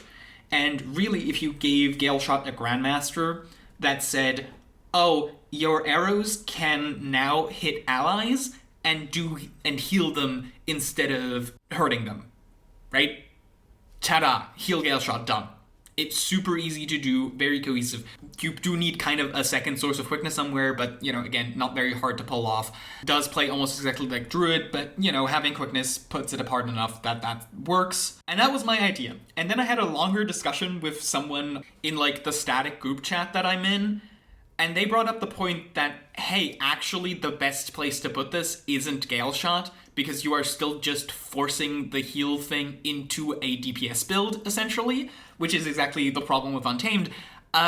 Why is this not on Soul Beast? And I was like, why the fuck would it be on Soul Beast? Soul Beast has never done anything support-related. And then the gears started turning, and they started pointing out things that Soulbeast can do, and it's like, actually, no, yeah, you're entirely correct. They have actual support capabilities that just have never been really used. There's an entire category of pets that are supposed to be support-based that Soulbeast just doesn't use. There is the entirety of stance share, which has been kind of relegated to, oh yeah, one wolf pack exists, but actually has way more different applications that could be used on a real support build. And there's also a bunch of dead traits that nobody cares about. Like, Soulbeast probably has the highest concentrations of traits that nobody gives a shit about. Soulbeast would kind of be the ideal place to put this. And this has nothing to do with Galeshot, and I just want it to happen really badly now, because it would be kind of perfect. Okay, next up, let's talk about Luminary, and first of all, what is with the lantern? It literally does nothing. It doesn't have a mechanic, it doesn't support the animations, it's just kind of there. He's just standing there, menacingly! Like, what is the deal? It feels like Luminary kind of went through multiple iterations on its design and theme and what its mechanics were intended to be. Similarly to how Antiquary feels very confused on what its aesthetic is supposed to be, and the lantern is just kind of a holdover from an older version of the spec that doesn't need to be here. And like, the aesthetic is strong enough inherently because you have a Shroud, and Shroud kind of always solves the aesthetic problem, that it also doesn't need to be here. So like, we might as well just get rid of this. If it doesn't solve a purpose, get rid of it. Anyway, let's talk about mechanics, and I do genuinely think Guardian is the hardest profession to design new stuff for, because its profession mechanic, the virtues, are simultaneously so incredibly simple and also completely non-synergistic. There is never a PvE Guardian build in which you care about all three virtues. The F3 kind of gets by on always being like decent utility, but you will never care about justice and resolve like in the same build, except for maybe you're doing like a celestial heal thing, but that is so niche. It doesn't help if you're trying to do anything else, especially anything in the realm of like power builds or just generally the more applicable general healer. So Guardian doesn't give you a lot of design space to work with, to like iterate on, but its theme is also kind of just narrow enough that it's hard to do really creative new stuff. I think, to this day, Firebrand is easily my favorite Guardian spec in the way it's handled, because it does a very good job of building a contrast to the very straightforward warrior-style Guardian that was Dragon Hunter, and bringing it into like a more magical caster-focused direction, while also letting it fill all the roles that Dragon Hunter couldn't, so they speak to each other perfectly, but Firebrand just sells its idea and its unique identity a lot better than any other Guardian spec. Where does Luminary come into this? I have no idea.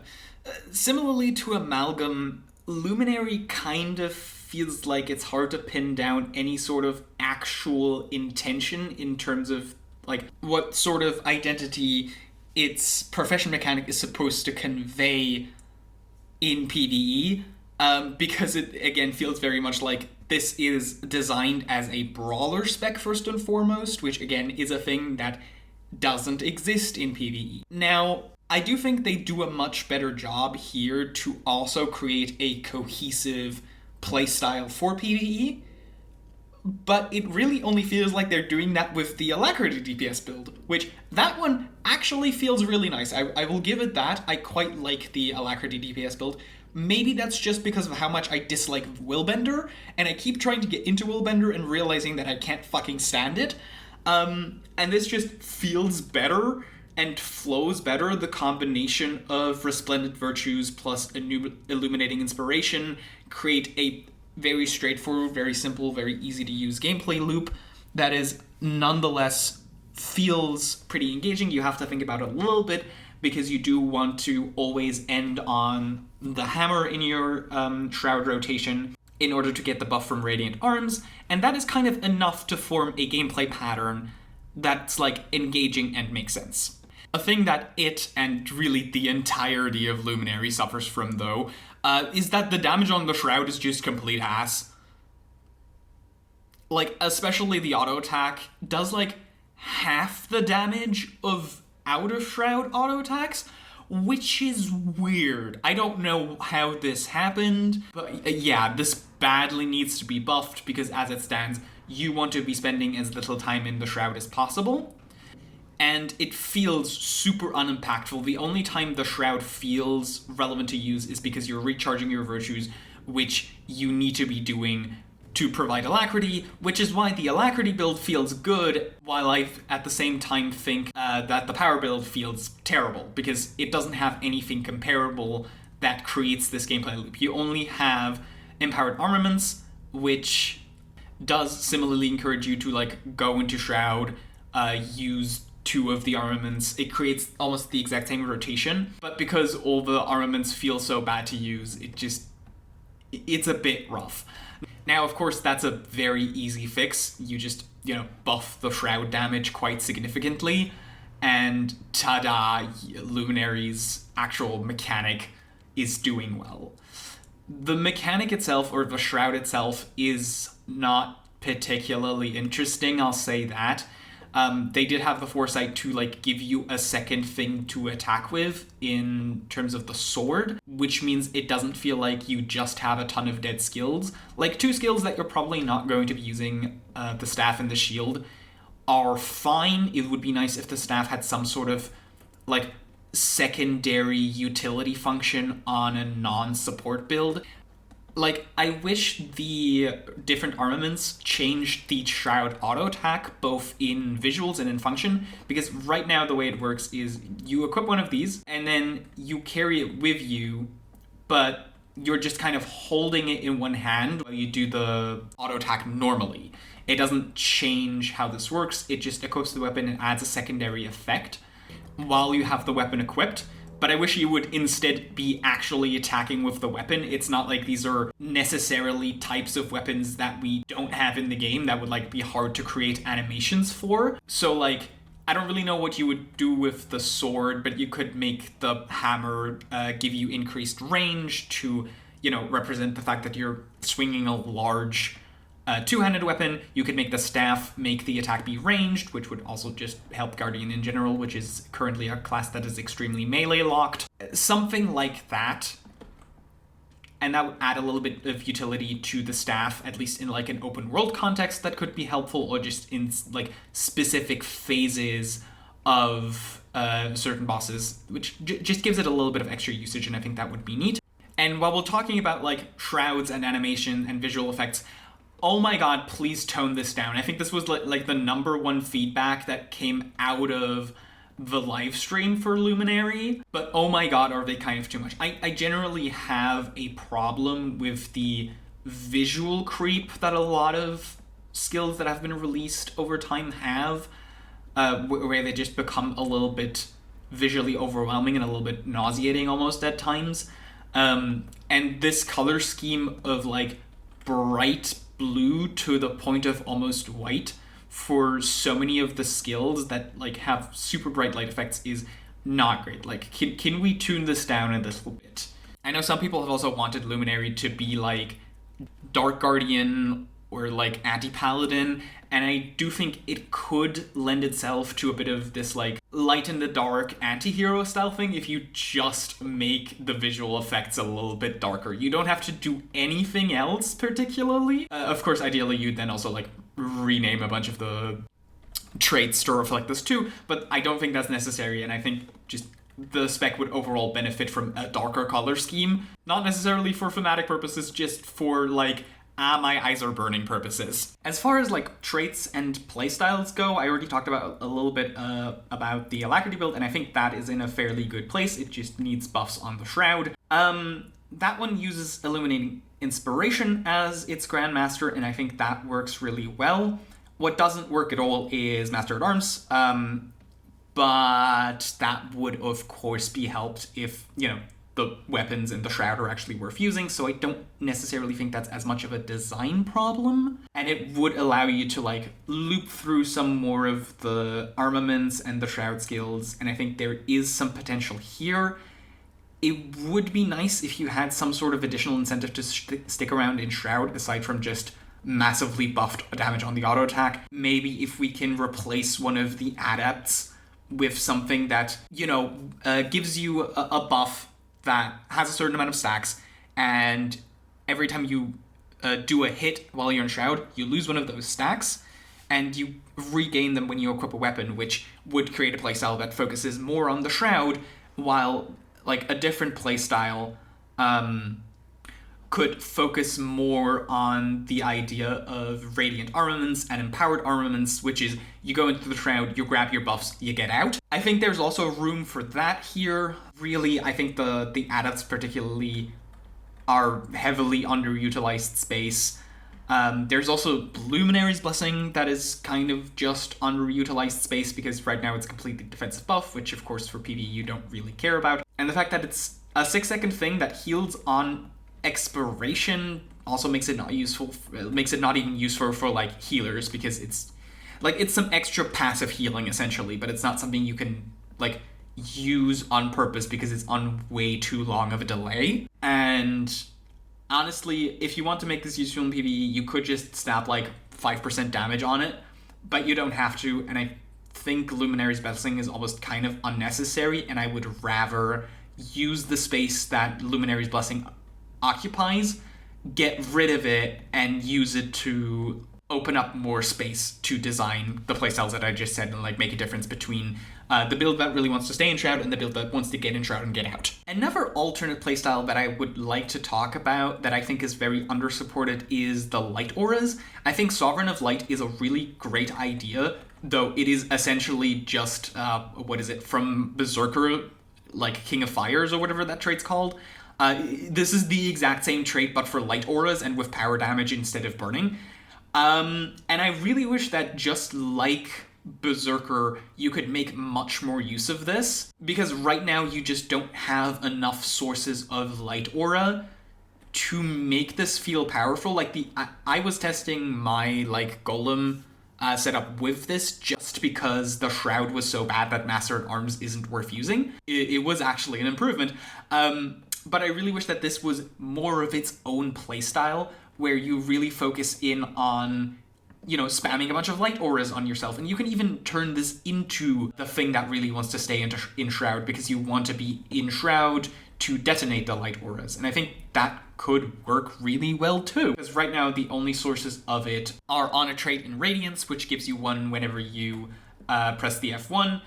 And then, of course, Sovereign of Light itself, which gives you one whenever you enter Shroud. And that's only 2. And you can get some additional ones because most of your symbols are light fields, so you can, use that plus the Gleaming Blade Leap, which gives you another one. But I kind of wish there was more. This is a very easy thing to, use the stances for. One of the stances does give you Light Aura, but it's a completely defensive stance, so it's not really worth using for that purpose. I don't know, you could legitimately just make it so, you get a Light Aura every time you equip one of the weapons, or, you get one every time you use any virtue, you get one every time you use a stance, and then you make one of the other stances besides Piercing Stance also an ammo-based skill, so you get a couple more casts of that. There is a bunch of different versions of this. I kind of wish this was a more of a thing. And again, this very easily transitions into the thing that wants to stay in Shroud, because that's how you detonate light auras. And then you turn Master of Arms into I just very quickly cycle through my Shroud to stack Empowered armaments and to get Radiant armaments. And then get out of Shroud and mostly play around that. I think that's, it's a pretty easy thing to make Luminary do, and to make have it actually have multiple playstyles. And then you still on top of that have the Alacrity build, which is untouched, and the Healing build, and I think that would put Luminary in a really good place. And with Luminary, because of the Shroud, I don't really get the feeling that it plays other Guardian specs already, which is good, and I don't necessarily think, which some people have suggested, that the virtues need to be reworked into their own dedicated skills. while I'm generally against like core plus specs in, at least at this point in the game's life cycle, I think having at least one spec that actually uses the core virtues is not bad, and they function in a way that is very beneficial as just like instant casts go to make the Alacrity build function very well, and the Shroud should provide enough uniqueness to not also require the virtues on top of that. I think that's completely fine. As long as the Shroud is good, the virtues can stay. And like the closest equivalent on another spec that you have to how Luminary plays would be, again, Firebrand with the dipping in and out of a profession mechanic.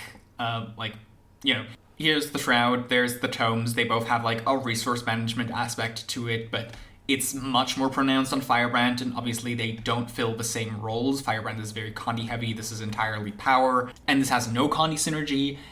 And it also doesn't run the risk of like, oh, one of the power weapons suddenly becomes shared again between this and Firebrand, because Firebrand, unlike something like Condi Willbender, doesn't care about the number of hits you're doing, it cares about the actual quality of the Condis you're putting out, so you don't have the overlap there. And so Luminary does a good job of something that other specs for VoE really struggle with, which is, carving an identity compared to the other 3 specs that already exist. Does this have something to do with the fact that Dragon Hunter is the one that struggles with this idea because it doesn't have its own real mechanics and just functions as core plus, but people don't realize it's core plus because there's no Condi build attached to it at all? Maybe, but hey, that is not Luminary's problem, that is a Dragon Hunter problem, something we can talk about on a different day. So yeah, Shroud badly needs a buff. There is a good amount of unused design space to really hone in on the idea of having multiple playstyles for Luminary that are currently not really used. The Alacrity build already feels quite good. The one that I haven't talked about at this point is Heal Luminary, which I think I remember, I'd have to go back to the stream and check. They already improved quite significantly because I think they had to move around the trait that actually gives you Alacrity, I think.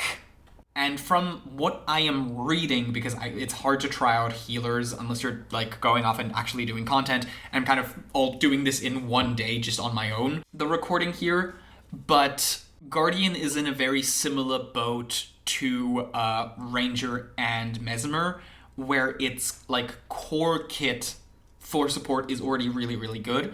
And in this case, the only things you really need to be giving it to function is, one of the primary boons, and then maybe some extra sources for Might and Fury, in Fury's case, so that you're not locked into Axe to do it for you, and you can instead comfortably go with Staff and Spear now. And in terms of Might, just because in general Guardian is a little bit slow at doing that, and Luminary gives it both, which is exactly what it's looking for, so this should work out pretty well. And if I'm right on that account, I'll be very happy to see that Willbender is no longer the Alacrity healer for Guardian, because it has the exact same problem as Untamed and all those other things, where they are not actually meant to be healers. They were never designed for that. They are only kind of slipping into being healers because they can, because the core kit supports it enough to where it works. But the mechanics of the spec itself are very uncomfortable to use for a healer. And Luminary with Staff Shroud does a much better job of that. So yeah, overall, I think for Luminary, it's very similar to Amalgam in that I am not excited about it, but its base functionality is very solid, so I also don't have a problem with it. But here, I do see a lot more potential for improvement, especially in the flow and variety that the power DPS build can provide. And I also see much more of a need for it because, the healing build is something that I think Guardian is going to very much appreciate having access to and feeling more cohesive than it does on Willbender. Now, next up is Conduit, and I don't really make a secret of the fact that Revenant is my least favorite class, and it is not even close. But Conduit was something I was actually quite looking forward to based on the initial reveal blog post and one particular thing that told us about the spec. Namely, that it would be using a heavily underutilized aspect of Revenant, the actual utility skills. By its description, you would have the affinity mechanic, which would build by using your utility skills. Ha! Got him! Yeah, so it turns out that was a fucking lie. This trait, this stupid motherfucking trait, conductive armaments, means that is a complete fucking lie. And you wanna know the worst part? It's that it is 100% required for Conduit to function. Not even be good, to function. Because you do have an alternative trait in Expanded Consciousness, which I was hoping would give me an alternate playstyle that, would deliver exactly what they said Conduit would do. Except it fucking doesn't. It's unusably bad. The problem with Expanded Consciousness in and of itself is not that trait's functionality, it's that you don't have 5 utility skills that you want to use to stack this thing up. Most legends barely have 2 that are worth using, if that. And oftentimes one of those is the fucking heal skill. So if you're actually trying to play with Expanded Consciousness, you will run into the problem where you try to use the utilities, you try to stack it up, you're using a bunch of crap skills that you don't want to be using, and then you lose all your stacks because you have to switch legends, because of course you're completely out of energy after that. So what the hell was this for? Pretty much the main reason why I don't like Revenant is the state of Power Revenant. Because there isn't Power Revenant builds, plural, there is one Power Revenant build, singular, that is used across every spec and plays identically on all of them. No, this stupid fucking jump is not enough to distinguish it from every other version of the identical build. All you ever do on Power Rev is turn on Impossible Odds, use the same handful of sword skills, and that is it. And then you swap to the legend from the spec, use what is probably one good skill, which is most likely also a channel skill, and do the same thing again. This is the exact same across every single fucking Power Rev build, and I hate it. It is so mind-numbingly boring to play, and it is so indistinguishable from one another. And here's the thing, having one of these, having an easy-to-play build that is reliant on channel skills to give it a bunch of damage buffing, you don't have to worry too much about the energy management, you just kind of go with your sword skills, you don't even have to worry about weapons, that is completely fine. Having this as an option is completely fine. Having this be the only power build that plays the same across all 3 specs and even across the support versions of those power builds is not okay. That fucking sucks. It kills any variety that Rev might possibly have. And Condi isn't faring much better because there also is only one Condi build. Condi Rev at least slightly gets away with it based on the fact that it's slightly less reliant on the channel skills because the channel skills outside of Malix don't give you any benefit when you're on a Condi build. And on top of that, you're playing around charged mists rather than rolling mists, which means you have an actual mechanic to be paying attention to, which is, again, mostly outside of Malix, to be managing your energy in such a way that you go below the threshold when you swap, which is much harder to do when you don't have a channel skill to be relying on, and you have to deal with the fact that, skills have such things as cast times and aftercasts during which you regenerate energy, and there's just an actual gameplay loop there, rather than just stick on, buff, auto attack, go. And I was so desperately hoping that Conduit would solve this problem and finally give me a rev build that does something different, and it just doesn't. Because conductive armaments exist, and because Conduit doesn't actually give you any way to help you with your utility skills, which still suck ass, well, you're still playing the exact same build you were playing before. It is nothing different about it. It is the exact same thing. What a waste of a spec! Like, I'm just gonna come out and say this is a completely fucking wasted spec as it is, because it does nothing new. Absolutely nothing new. And I was at least, like, thinking, oh, okay, it doesn't have any channel skill whatsoever. Hey, that's new. No, never mind. The last fucking trait they show off is turning your goddamn profession mechanic into another fucking channel. I hate the channel skills so much. So much. As it stands, I don't think we need Conduit at all. This adds nothing to the game as it stands right now, because it plays the same as everything else Rev already has. Right, now that I've gotten my angry rant out, let's talk about how we can maybe make this better. So first off, I genuinely just say get rid of conductive armaments. You can argue that, hey, this gives an easy build, which is a thing people are always looking for, which makes it accessible. We don't need this. Rev has enough of these. You do not need another one of these. Herald does everything you could possibly want for accessible, easy Revenant builds. And until we figure out how to make Conduit actually play the game in a way that is specific to itself, you don't gain any benefit from Conduit also having an easy build, because they will play identically. What do I propose instead?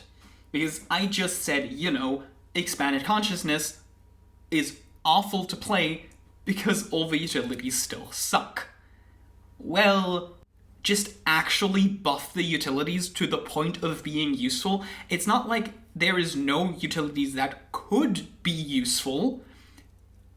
Both Unyielding Impact and Banish Enchantment on Malix, as well as Phase Traversal, Forced Engagement, Jade Winds, all of these could just be good skills in their own right that you actually want to be using. What they need is just number buffs. It is that simple. Like, the energy consumption of these skills is way too high and the damage is way too low, and that is all there is to it. If you give these skills the treatment of actually becoming relevant skills instead of languishing in nothingness because they have to compete with the channel skills at all times, then you already have half the problem solved. And Raza, as a legend, already shows that it's completely possible to have very decent utility skills for damage. Like, pretty much all of its skills are pretty alright to use. They probably still could use a damage buff in that regard, but Raza actually feels like it's trying to support, this playstyle in which you actively use your utilities because they are useful as skills. It's that simple. It is that simple. And this just needs to be extended to the rest of Rev. That is step 1. Step 2 is introduce another trait to synergize with this that lets you carry over some or all of your affinity stacks when you swap legends, so that it doesn't feel as awful to have to rebuild this all up from the ground. Also, third, please overhaul the affinity UI. It's awful. Why is it yellow? Why is it yellow? It blends into so many backgrounds. It is in such an inopportune position. Like, come on, this feels like placeholder UI. This feels like programmer art. You showed off that with Galeshot, you can make good-looking UI for these resource things, and then fucking Conduit just has 3 yellow little bars, and that's it? Come on, at least make them bigger? At least make them bigger. Make them the same color as your regular energy bar so that they match the legend that you have, and maybe just put them in the center over your dodge bar so you can actually fucking see them. It's not that complicated. Right, back to Rev itself. with the groundwork laid of getting rid of conductive armaments and actually making the non-Raza utility skills worth using, we have the grounds for a Conduit build that actually does the thing it's supposed to be doing, instead of doing the exact same thing that everything else is already doing. From there, I think we should also improve the functionality of Cosmic Wisdom to be a real mechanic instead of just a passive thing you turn on and forget. Now, I am willing to compromise on keeping Perpetual Wisdom as a trait so that we can have the easy version of this build to play. So we can have something that is perfectly happy just managing its energy through its channel skills and yada yada yada. There's already a kind of cute wrinkle to it that I discovered while doing my tests, in that if you ever completely run out of energy, it ends Cosmic Wisdom and puts it on cooldown, which is not how the channel skills usually work. So if you're playing the Condi build, you have to be paying a little bit more attention because you want to get your energy low to trigger charged mists, but you don't want to get it all the way down because that pulls you out of Cosmic Wisdom and loses you a bunch of damage.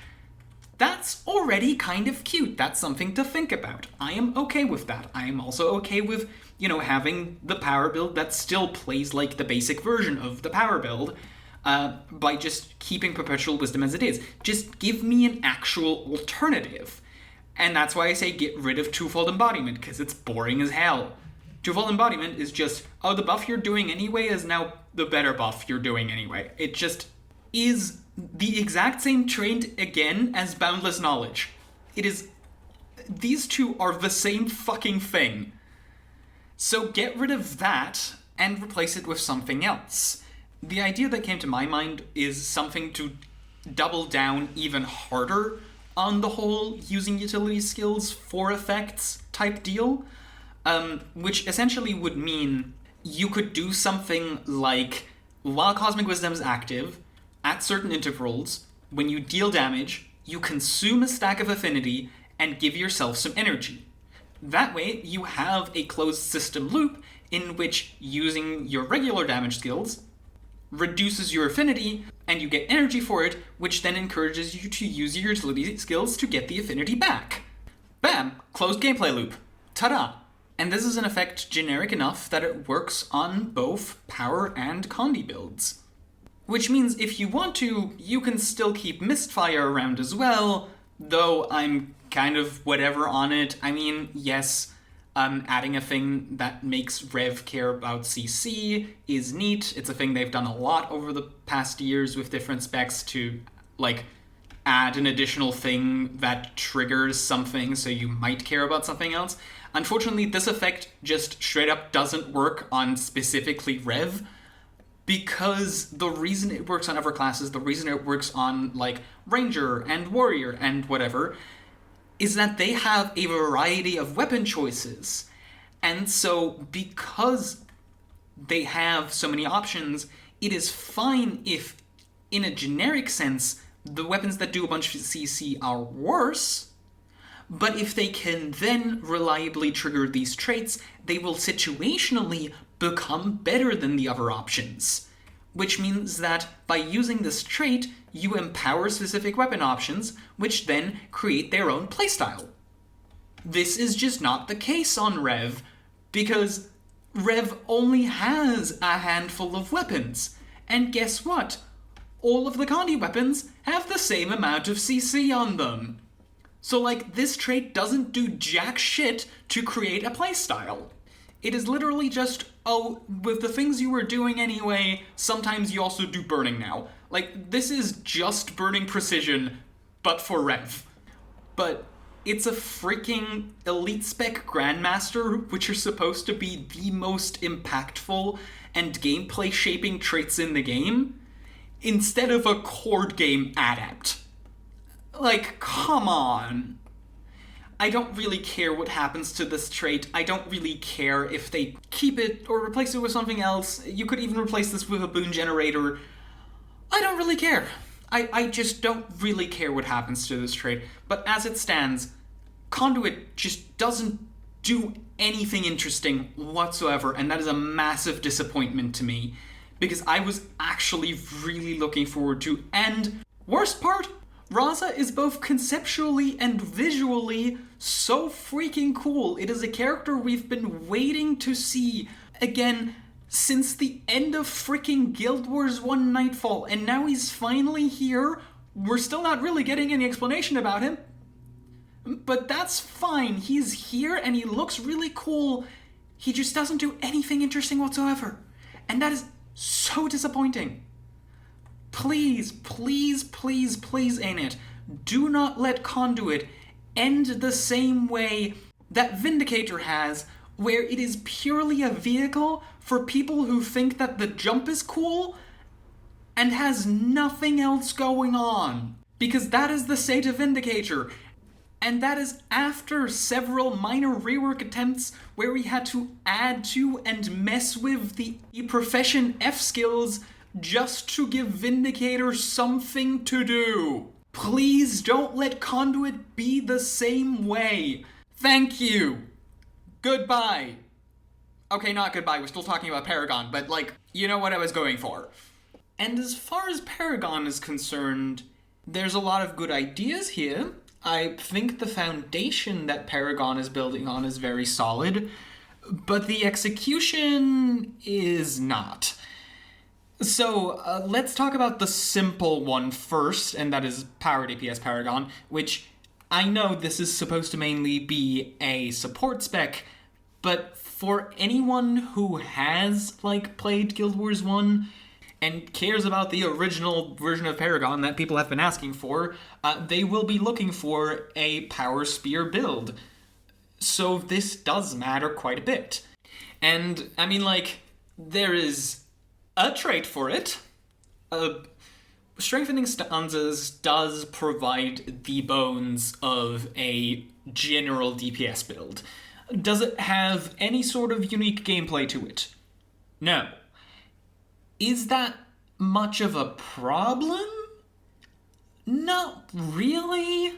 This is in a similar boat to Troubadour, where Paragon having a DPS build is more of a side effect of everything being able to be played DPS, and not really a focus of the spec. So if it is a simple version of a DPS build that isn't doing much special and is really just mostly playing like a core warrior, and you're playing it because you want to be playing a DPS Paragon, that is mostly fine. I do think we could be doing something a little bit more interesting than press your chant of action a single time ever and have that be the buff for the entire duration of the combat.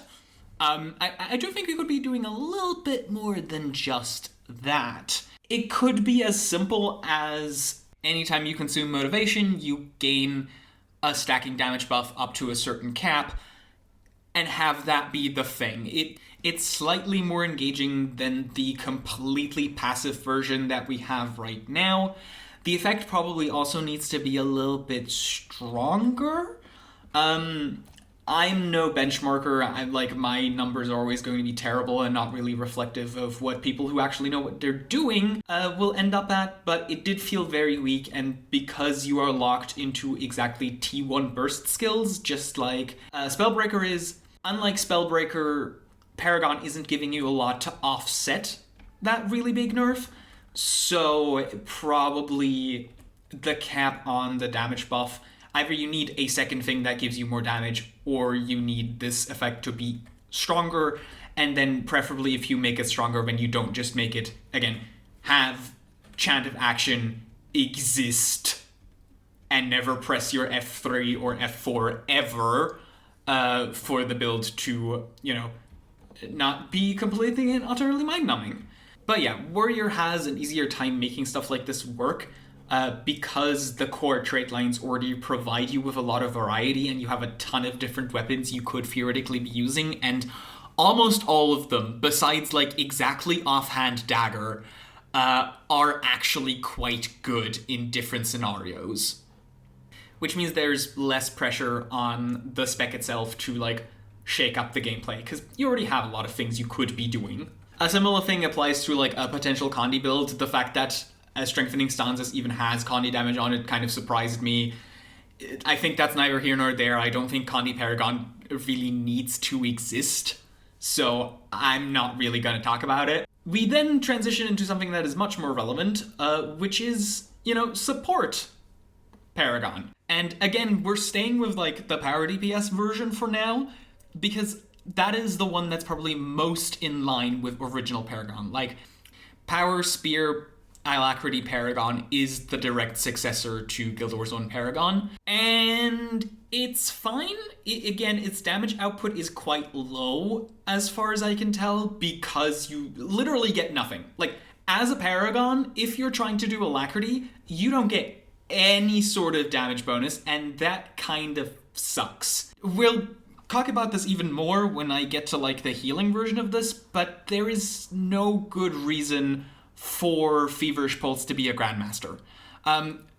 Feverish Pulse being in the Grandmaster slot and conflicting with the other existing traits just makes Paragon worse and less flexible and creates a lot of dead air. Just put this somewhere else. And then for a DPS build, it's completely fine. Again, if you could be using Feverish Pulse and Strengthening Stanzas alongside each other, well, then you probably need like one more damage-based trait for Feverish Pulse to be conflicting with, so that DPS Paragon and Alacrity Paragon don't do the exact same amount of damage. But since Paragon already isn't doing damage, that's not a hard thing to make happen. For Alacrity DPS, I'm completely fine with Feverish Pulse. For heal, the way it is implemented kind of sucks. And this is a problem because really, while Alacrity DPS Paragon is the most faithful successor to Guild Wars 1 Paragon, the thing that Warrior needs right now is an actual functioning Alacrity healer build, because Bladesworn heal is a meme and doesn't actually work. No, Mukluk making a video about it doesn't count. Like, that's just simply not enough. And we've gotten to the point where, like, the core Warrior support kit is fine, mostly because it has to be, because the other healer is Berserker, which gives it absolutely fucking nothing except for the existence of quickness. And so for that build to be functional at all, the core Warrior support lineup has to already be pretty decent, and it's just kind of uncomfortable to use. I do wish that, like, either the F2 or maybe something like Never Surrender actually applied protection instead of either resistance or resolution, because while yes, you do have permanent protection uptime with Linebreaker, you have to absolutely be casting it on cooldown every time, and that is really annoying, and I really wish that wasn't the case. And it's a lot of, like, smaller quality of life, just making it slightly easier to play type things that, like, Paragon really needs to be providing. A similar one is, like, we still have to rely on the banners for Aegis and Stability, and it is your only source of those. And that also kind of sucks because they are on such a delay when they are activated, which makes them really hard to use. And while, like, Chant of Freedom has a T3 bonus that provides stability, that's not reliable, because not only do you have to be in Chant of Freedom, you have to be at max motivation, and then you have to get lucky with the pulse coming in exactly when you need it to be, and then it's only one stack of stab, as opposed to, like, other classes, which can sometimes give out, like, 10 stacks at once. So it's, you know, little bit more would be helpful in various places. I would love to see this on something like Brace Yourselves, fits the theme very well, could just add a stack of stab. Again, Never Surrender, add some protection. And then, like, you are not required to use this, but if you have nothing else that you really need, then you can very easily make use of those. And that would be very helpful, but then we get to the elephant in the room, which is that Feverish Pulse sucks for playing a healer.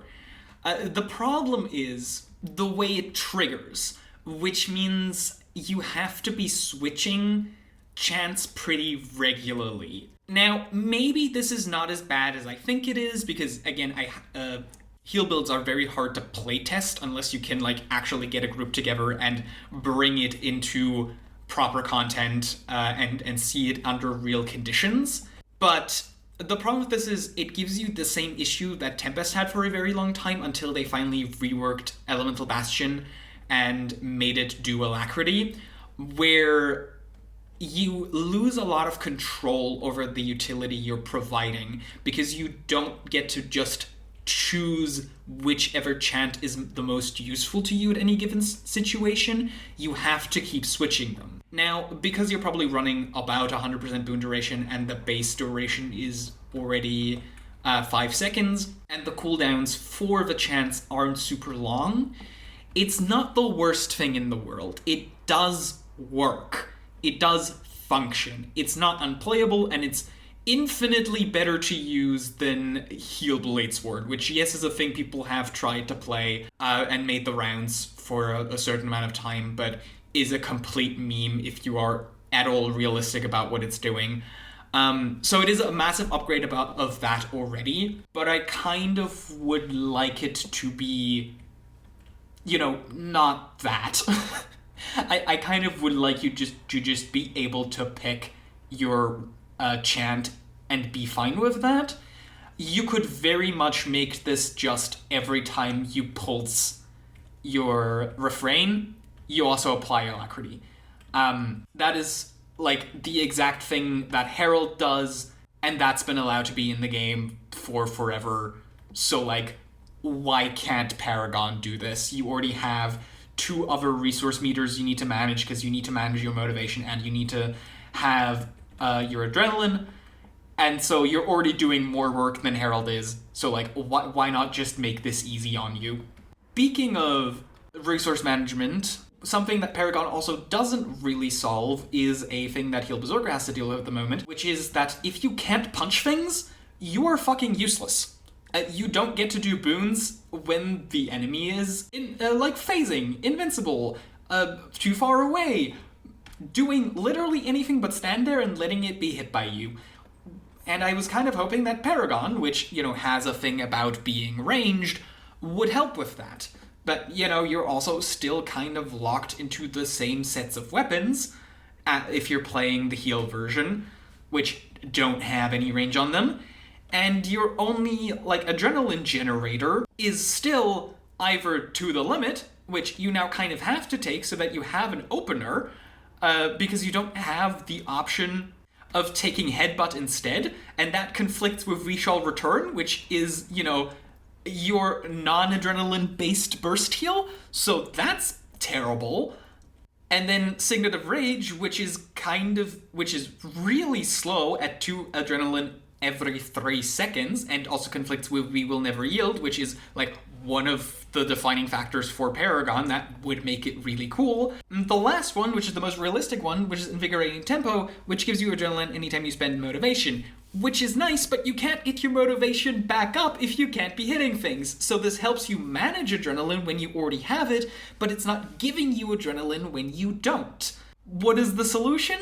Well, it would be really nice if one of the commands just gave you a bunch of adrenaline. You could even do something quite unique and make the amount of adrenaline you have scale based on the amount of healing power you have, and if you're concerned about it causing problems elsewhere. Speaking of the utilities in general, Warrior's in a better state when it comes to utilities that, actually provide utility, thanks to the banner rework, and now also the commands, but there's still a lot left to be desired. On My Mark is still a useless skill, Fear Me is still a completely useless skill that should not have a 48-second cooldown. The stances are all still quite bad, except maybe Balance Stance for Open World exactly, and Endure Pain if you're doing, the Fomanova Heat Room skip. I don't know. Most of these don't see any use because you just can't compete with such incredibly basic things as the signets and the physical skills on even a lot of open world builds. And then for support builds or the healer builds, your only options are really the 2 shouts that are still good and the 2 banners that are still good, and that's like, great, your kit is super, super narrow. But that's more of a core warrior problem that it kind of shares with Thief, where, core warrior's only form of support was banners, and it was so good that it was never allowed to do anything else, and its kit never really recovered from that. So there's a lot of work to be done here, but yeah. Which leaves, like, the remaining parts of the other two Grandmasters to be talked about. The thing is, the F2 and F3 versions of Strengthening Stanzas, as of right now, are just never going to matter because they conflict with Feverish Pulse, so you're never going to take those. You're only ever taking this for the damage. I've already said that this is really boring, and I wish instead of just applying it all at once, it was a pulsing thing, so that whenever you spend motivation, you get them instead, and it stacks up, and then you can increase the cap on it. And then Enduring Refrain is a trait you are absolutely never going to take as of right now, where, this is supposed to be a utility-based trait, and this puts it in the same camp as pre-rework Elemental Bastion, where you are always taking either the DPS trait or the boon trait instead, and there is no reason to ever pick this for any reason whatsoever. If we move Feverish Pulse out of the Grandmaster slot and these no longer conflict, then this is pretty much a shoo-in for the heal support build right now, and it does the thing it already wants to be doing, which is, it just makes the passive effects better, and that's really nice to have. It also punishes you less for not being able to do burst skills all the time, so you keep your motivation in higher, which is really great. So I don't think this really needs to be changed at all, as long as it stops conflicting with Feverish Pulse. This does leave us with, like, one Grandmaster slot open, which you could honestly do whatever with. My immediate instinct is to turn it into another damage trait. Honestly, you could, like, swap Feverish Pulse and Reverberation, and then add a component to Reverberation where, again, you get a stacking damage buff, so you have one build that's, stacking up a damage buff from spending motivation, and one that's getting one from triggering echoes, which probably won't play very different, but is, like, interesting enough for where it works. You would probably need to, like, buff the damage on these skills and add a damage component to the echoes as well for this to be worth it and competitive with, like, signets. But yeah, it's a thing you can do. You don't have to honestly just put whatever in this slot as long as Feverish Pulse stops being a Grandmaster. And that is really the most important parts of Paragon. There's not much else to talk about because, all this needed to be is an Alacrity healer that actually feels like a healer and is designed to be a healer, that can also, like, run a power DPS build with a spear. That is all Paragon needs to be, and it's doing exactly that, so it's mostly fine. Just move this shit around and, maybe add some quality of life by way of easier protection, easier Aegis, that sort of thing. So, yeah, that's that. I have made a final tier list to, like, recap who is where, why. On the top, we have Ritualist, which is, I think, the spec that's the most well-designed. It just needs a bunch of number buffs. It has multiple playstyles and the potential for even more playstyles that all are cohesive. It supports a core fantasy that people have been really clamoring for, while it has the potential to integrate core aspects of the game that are underutilized in a way that is unique and causes very few problems for other specs. It is just the complete package of, like, what I want out of a spec. It just has to get its damage buffed a little bit, and, then I have to pray that this is not another mech situation, because in the EOD beta, I also talked very positively about Mechanist, and then that went really badly for me, so, yeah.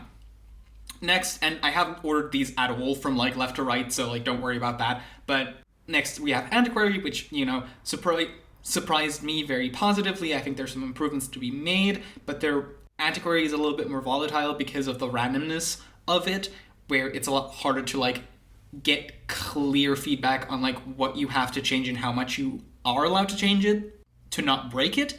But even barring like bigger number changes to Prodigious Pincher or anything, just some quality of life updates would help it a lot. It does very much have its own identity, particularly by way of Grit Scuffle. It does play differently from other specs. It does potentially have multiple builds it can play. There is already recordings for a Power and Akani build as well, so that's both covered. So overall, solid. If it was a little bit more focused, if especially aesthetically it was a little bit more focused, it could move up, but it is fine where it is. Then we have Galeshot, which also sells its fantasy extremely well. It does all the things it needs to be doing. It has the power build. It has the quickness build. It's just that, you know, there's a lot of dead air and a lot of unused design space, particularly by way of Gale Force, that doesn't quite work. There's some, like, quality of life things. Again, I really do think the arrow generating properties should just be a core thing, like on a minor to a degree, even at like reduced efficiency, just because it fits the gameplay loop, the gameplay pattern that Galeshot wants to encourage really well, and the birds badly need to be buffed. Then we have Paragon, same idea. Paragon does all the things it needs to be doing just fine. It just needs some number buffs here and there.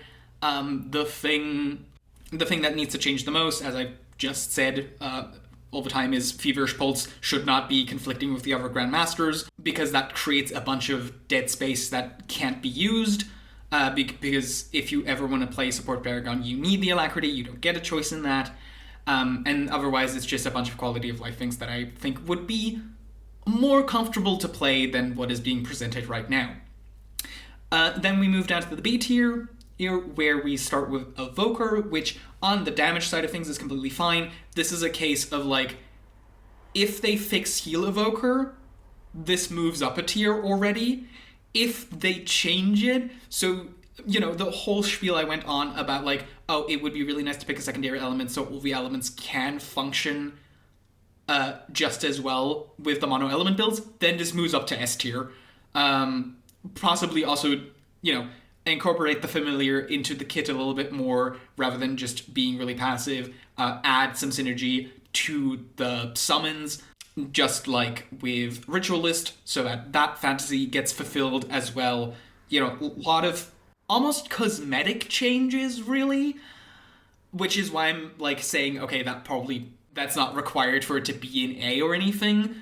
For it to break into A, it's just, like, Heal Evoker has to be doing something.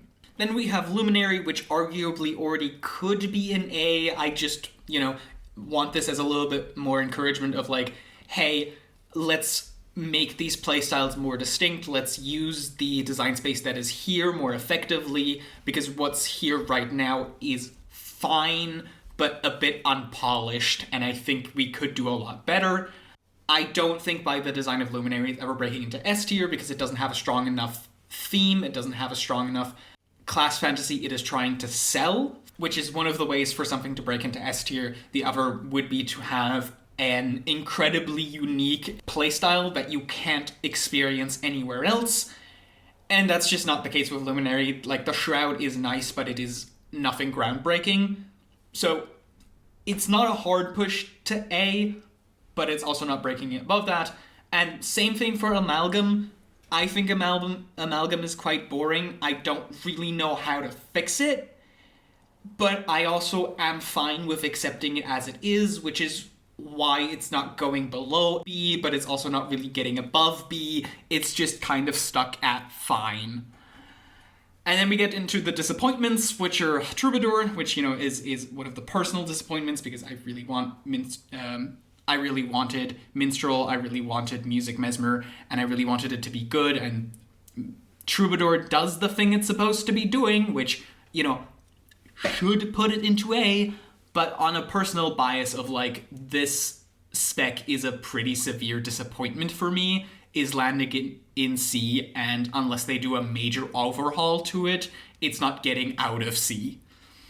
And then we have D, which is Conduit, which is D for disappointment, pure disappointment, because it tried to sell me a mechanic that it's not actually using, and it's a mechanic that Revenant badly needs to finally shake up what it does, to stop doing the exact thing it's been doing for years over and over again. And just Conduit is the biggest disappointment of the beta, and I really badly want this to be overhauled quite significantly.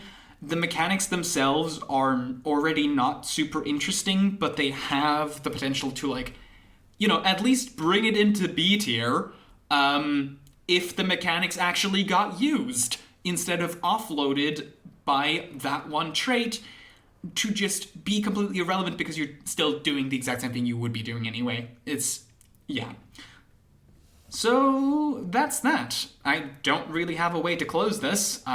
If you did watch all the way through, thank you. Unless you work at ArenaNet, I don't know why you did that, but congratulations, I guess. If you are, for whatever reason, interested in hearing me talk about any of the topics I've brought up over the course of this video, or have suggestions what else I could be talking about, sure, I might try to find like a video format that is easy to produce, that is more a bit like podcasty, that I could be doing between other projects. So, yeah,